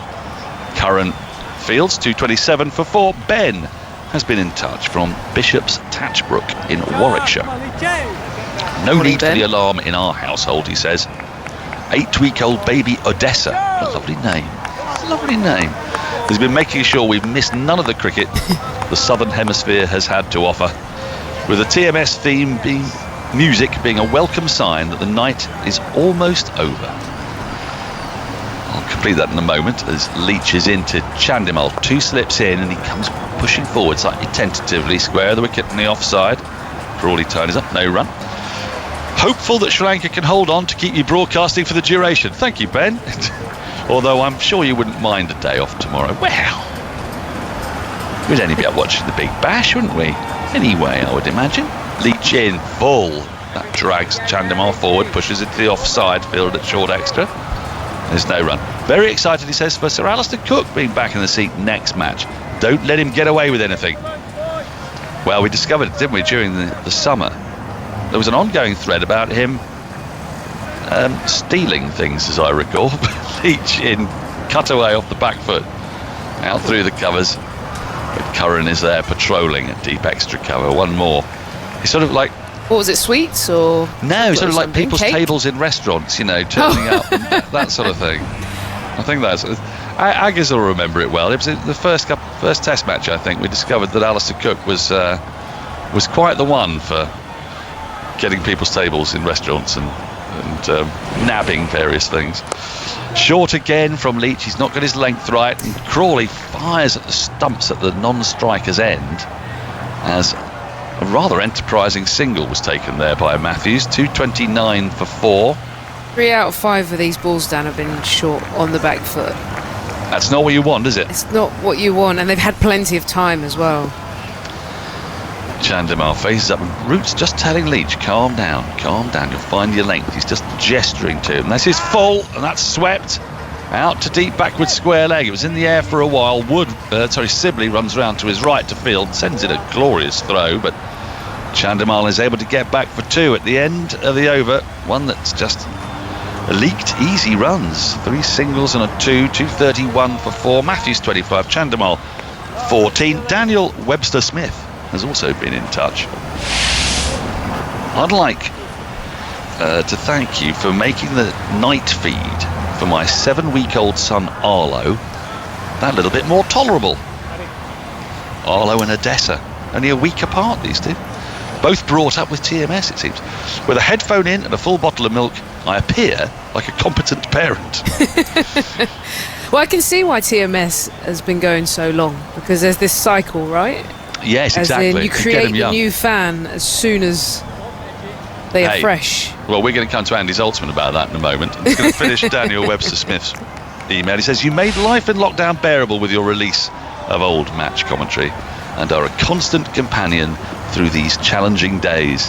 Now, that's an 8-week-old and a 7-week-old. I think Andy Zoltzman can beat that, as Curran is in. That's defended into the onside, picked up at mid-wicket. Lawrence does the fielding. There's no run. Wasn't your firstborn born to the sounds? Or your second born? Yes, was at caught home.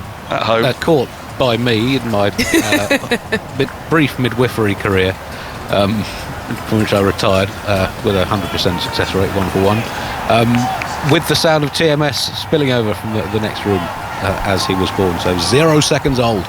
That's brilliant. Curran in, pushed into the offside again. It kept a little bit low. Pushed to the offside by Matthews, straight back up the wicket.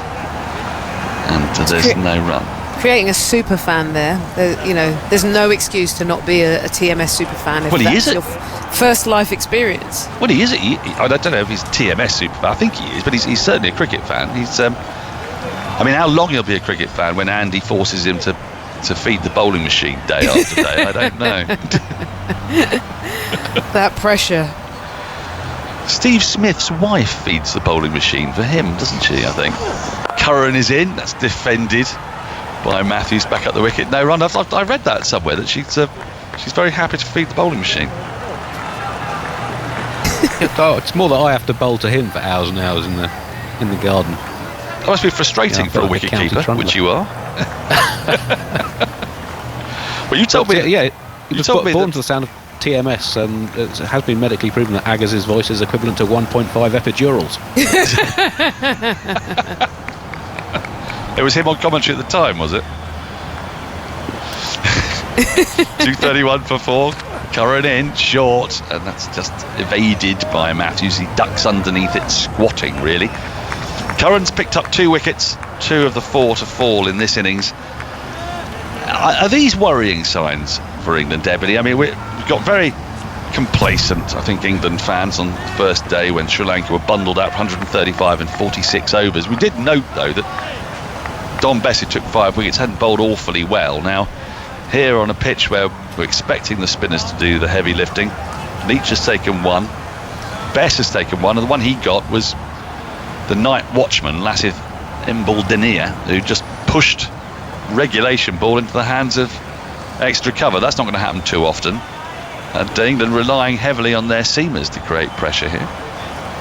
I think the biggest stat that worries me is just that maidens column. Like, where is the pressure being created?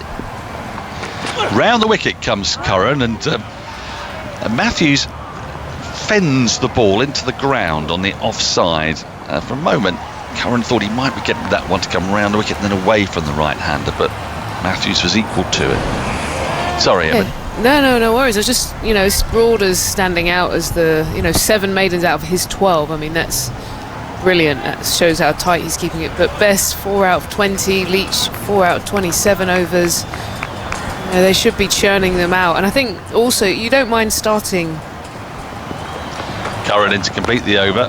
Thick outside edge, runs down towards the third man boundary. Best, though, hurtles after it with such intensity, as if he's running into the wind, really, and he managed to pull the ball back a couple of inches from inside the boundary. Sponge Crawley does the tidying up. 2:34 for 4. Matthews 28, Chandimal 14. The deficit now just 52. Ebony, I'll allow you to complete your thought, and then to take you through to lunch, it is the bedressing gowned epiduralist Jonathan Agnew. Yeah, I was just saying, I can understand starting a series, especially with minimal prep, that, everybody might not have been firing, but usually you hope to see spell on spell, just gradual improvement and more consistency. And we just saw Leach come in, and out of that over, I think 4 out of the 6 were short and they got onto the back foot. So it's just more you're wanting to see that gradual improvement, and it hasn't quite clicked yet. Hello, Ebony. Morning, everyone. It's just such an obvious indicator as to how well you're bowling, I think, maidens. Sometimes wickets are hunt, as Bess himself admitted in the first innings, but maidens generally pretty solid indicator as to how accurately and consistently you're bowling. And we saw it with the Sri Lankans, who talked about theirs, and I have to say England is the same. Just simply are not enough, particularly from the spinners, and it's not as though they've had attacking fields. We have an iguana heading up over the ramparts. Now there's a familiar sight. I remember one of those chasing Phil Tufnell in a game. Who won? Well, it was extraordinary. We were down at, I think, a place called Welligama, which is just down the road from Gaul. I've got a couple of amusing Welligama stories, but the first one was that there was a warm-up game down there a few years ago now. Crikey, I say when Tuffers was playing. And he was down in the deep at the far end of the ground. And goes Wood, bowls, and that's short, pulled away out towards Deep Square Lake for a single. And anyway, suddenly a sort of a cry went up. and Tuffers was seen, moving possibly, certainly before this recent fitness regime, as quickly as I've seen him go. And he was pursued by an iguana, which was made to look all the more hostile, and was hostile because it actually was on its back legs. It wasn't running on all fours at all, and it was on its up on its hind legs, front legs waving everywhere, chasing Tuffers from the field. It was very dramatic. If Tuffers remembers that or not, but it was very funny. In goes Wood, bowls outside the off stump, and there's no stroke from Chandler. Do you remember that, Tuffers?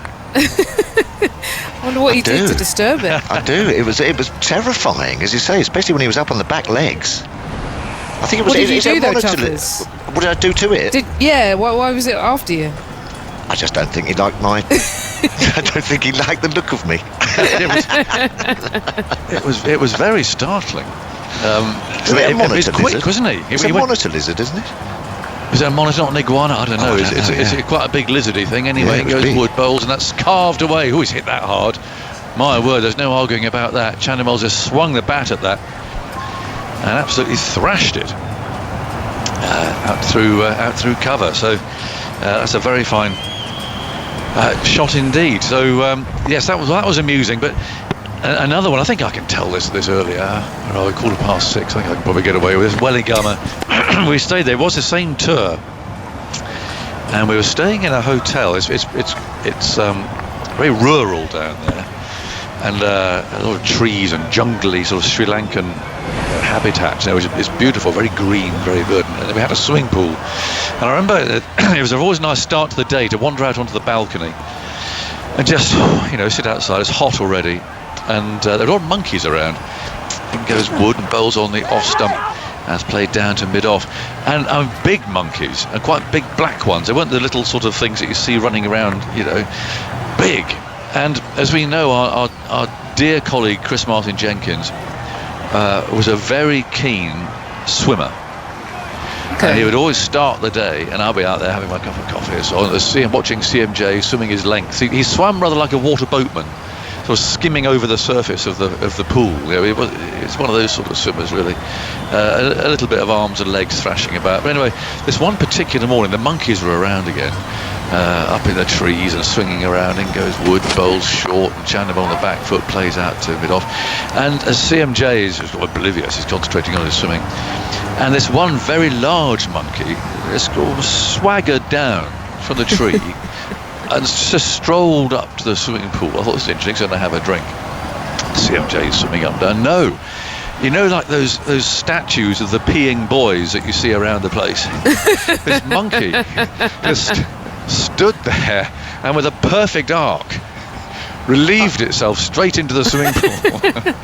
As CMJ, totally undeterred and if unaware, swam on. It was an extraordinary sight. In goes wood, bowls outside the off stump, and that's forced down to backward point, and there's no run. And he finished, and they don't really zip themselves up there. He just potted back into the trees, and that was the end of that.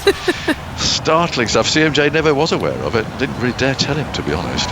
So it unleashed. I mean, the other question is, how many times has it done it before he got in the pool? Well, I suspect it may be part of his morning routine. But anyway, it was very amusing. Poor old CMJ. He did love a swim. We arrived at a hotel in Nagpur. We arrived early. CMJ always was late, and he arrived beyond dusk, and so wasn't aware of the fact that the hotel pool that he had been reading excitedly about the day before was actually that didn't have any water in it at all and was just filled to the brim with builders' masonry. They've been doing something to the hotel. I mean, old toilets, baths, porcelain, and they'd used the swimming pool just as a skip, basically. So CMJ arrived dark. It was very exciting. I said, "There's a nice pool here." "Oh yes, Chris. Yeah, you better get up there early. There's a bit of a queue, So someone made sure they were up early, about 6 o'clock the next morning. To see CMJ. In his swimming costume, towel slung over his shoulder, ready to go, striding outside to the pool and just finding us full of builders' junk. I mean, that was quite amusing. But anyway, dear old Chris, we miss him, and we certainly miss the eccentricity of virtually everything that he did, including his fitness regimes, his swimming and his golf and those sort of things. Always tales of woe from golf courses. The Barbados golf course where he borrowed, I think it was someone from the local committee. He'd lent him his golf clubs, and he'd hired a mini moke, one of the things that had no roof or anything. A great fun to drive around in the Caribbean. It was Leach bowling, Matthews forward. CMJ went off to play somewhere up in the north there, nice posh golf course. Set off for the journey back with the golf clubs in the back. And by the time he got back to our hotel, which was just to the south of Bridgetown, he had lost every single club They were scattered between the golf course and the hotel somewhere throughout Bridgetown, and he went onto local radio the next day to launch an appeal doing commentary as Leach.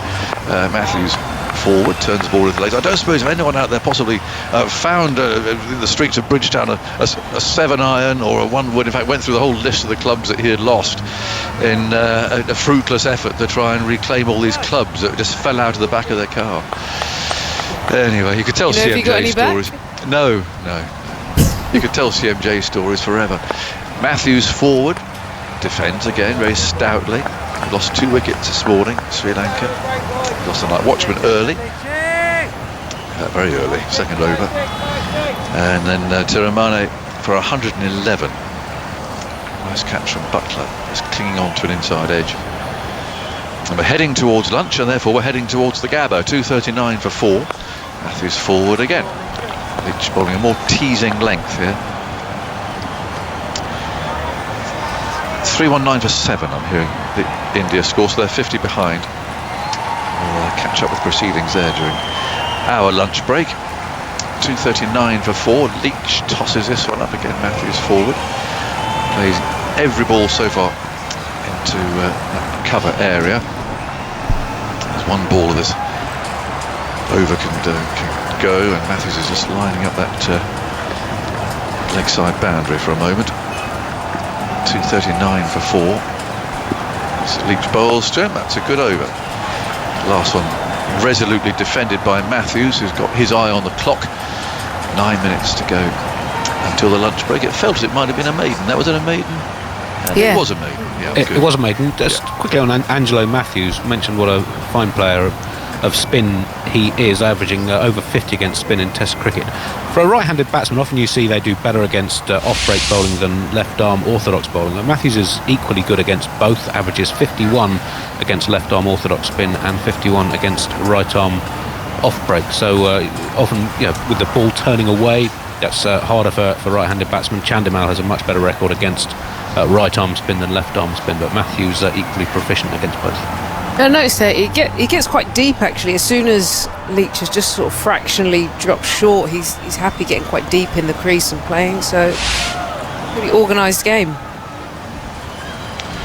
Well, he's looking good at the moment. And for a moment there, I'm really excited because our screen is cut to pictures of all sorts of wildlife, including some large elephants. Or maybe they're at the ground, but this is purely as an advert for Sri Lanka, a lovely place it is to go to if you get the chance to visit.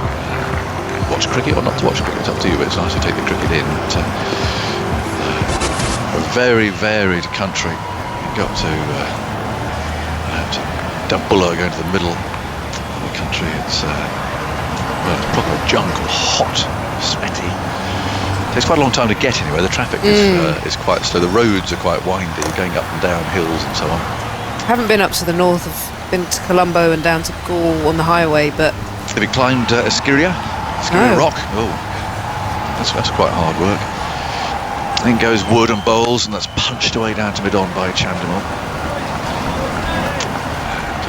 You get some great views when you get up there, but steps cut away through this amazing rock. It stands there like Ayers Rock. It's with nothing else around it. How on earth they built the fort that's on top of it, I have no idea. How did they get all the stonework up this incredible rock face all those centuries ago? Absolutely amazing. 2:39 for 4. And goes Wood and bowls, driven, not timed by Chandimal, looking to get him through the covers. Well, that's a must-do. It takes a bit of time to get there, but well worth it.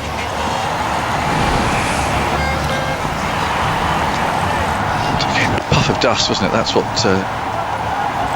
caused Chandimal to mistime that. It's the dust and slows down a little bit and bounced. In a lot of ways, this morning is going too bad for Sri Lanka. There was just, like I say, 9 minutes. If they can knock off this 45 with 47, even with these two left, still at the crease. Wood again rushes in, sprint, bowls on the off stump. Gets out to to mid-off. It's just Sri Lanka's morning at the moment, don't you think? I mean, if England were to get another wicket before lunch, I think I'd give it to them. You have to say, I felt yesterday, so Sri Lanka had the morning with the ball when they kind of ran through a number of wickets, and then it feels since then actually every session has just been Sri Lanka's. So, you know, even though they're behind the game, they might not win. They have found a way to just build some consistency in performance. Well, it has demonstrated the concerns I think most people had about the quality of England's spinners. In goes Wood, bowls short, Chandimal ducks underneath it. Collected by Butler, not just for this series, but particularly for India. They're struggling here in these conditions. They've taken 2 wickets between them in there's been 90 overs of play. Broad's bowled 12, Curran 11. Wood's into his 11th. Best has bowled 20. Leach has bowled 28. They've taken a wicket each. Root's bowled 6, and Dan Lawrence had a couple of speculative overs before the new ball. 239 for 4.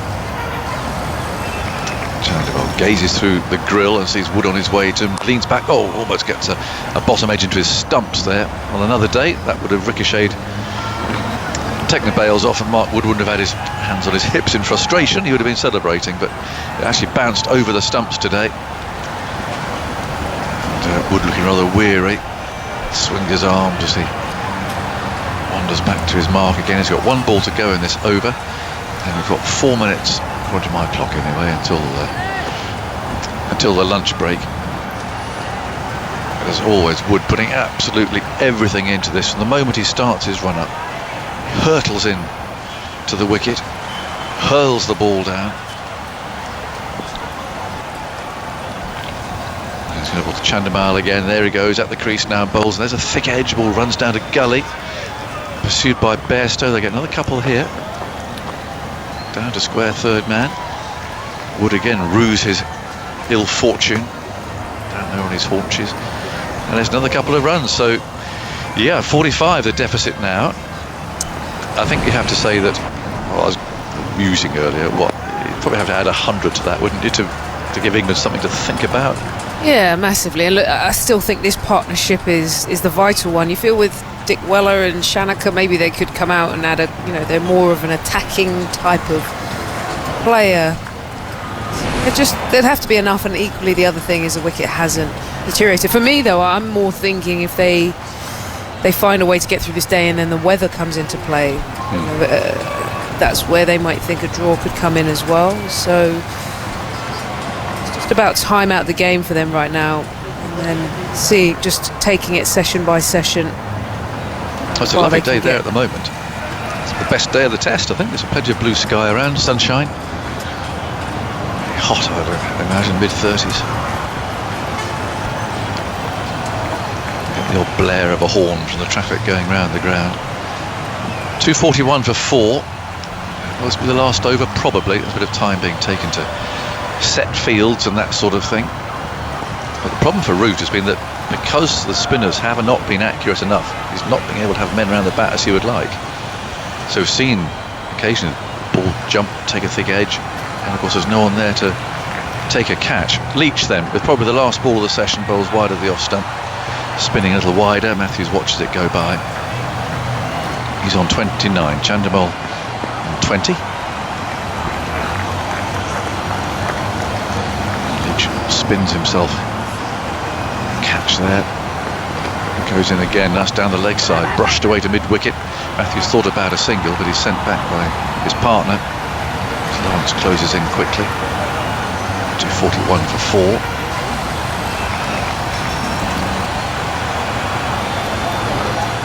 .45 runs behind. Matthews grips that very colourful bat rubber of his. It's a very flashy purple-violet colour. This is off the back foot, played away out to deep cover for a single. I don't know if that's a charitable bat rubber or it may be, but they often are these days, aren't they? But very bright colour, that one. For a word with the captain. Of course, Matthews, a former captain himself. brilliant game at Headingley when Sri Lanka so narrowly beat England. Chandimal's checking his guard. So trying to squeeze a few more seconds out of this. My clock's showing 6:29. Sri Lanka 44 behind. So the partnership that England really have to break. The two most experienced batsmen in the side. Each moves in, bowls short of a length and wide, and Chandimal can again watch it turn harmlessly into Buttler's gloves. Crawley is now in close in the offside. They've given Johnny Bairstow a bit of a rest today, I think. Like Mendes, he took some blows. Leach bowls again. Oh, there's that spitter. Really turned and bounced. Reared past the outside edge. Again, was beautifully taken by Buttler. That's the one, isn't it? Just a fraction straighter than the previous. Look at the pitch. Dust just popping up. Completely exploded and gone up. Did too much, really. Here's the last ball of the session, I think, as Leach bowls it round about the leg stump and Chandimal prods forward.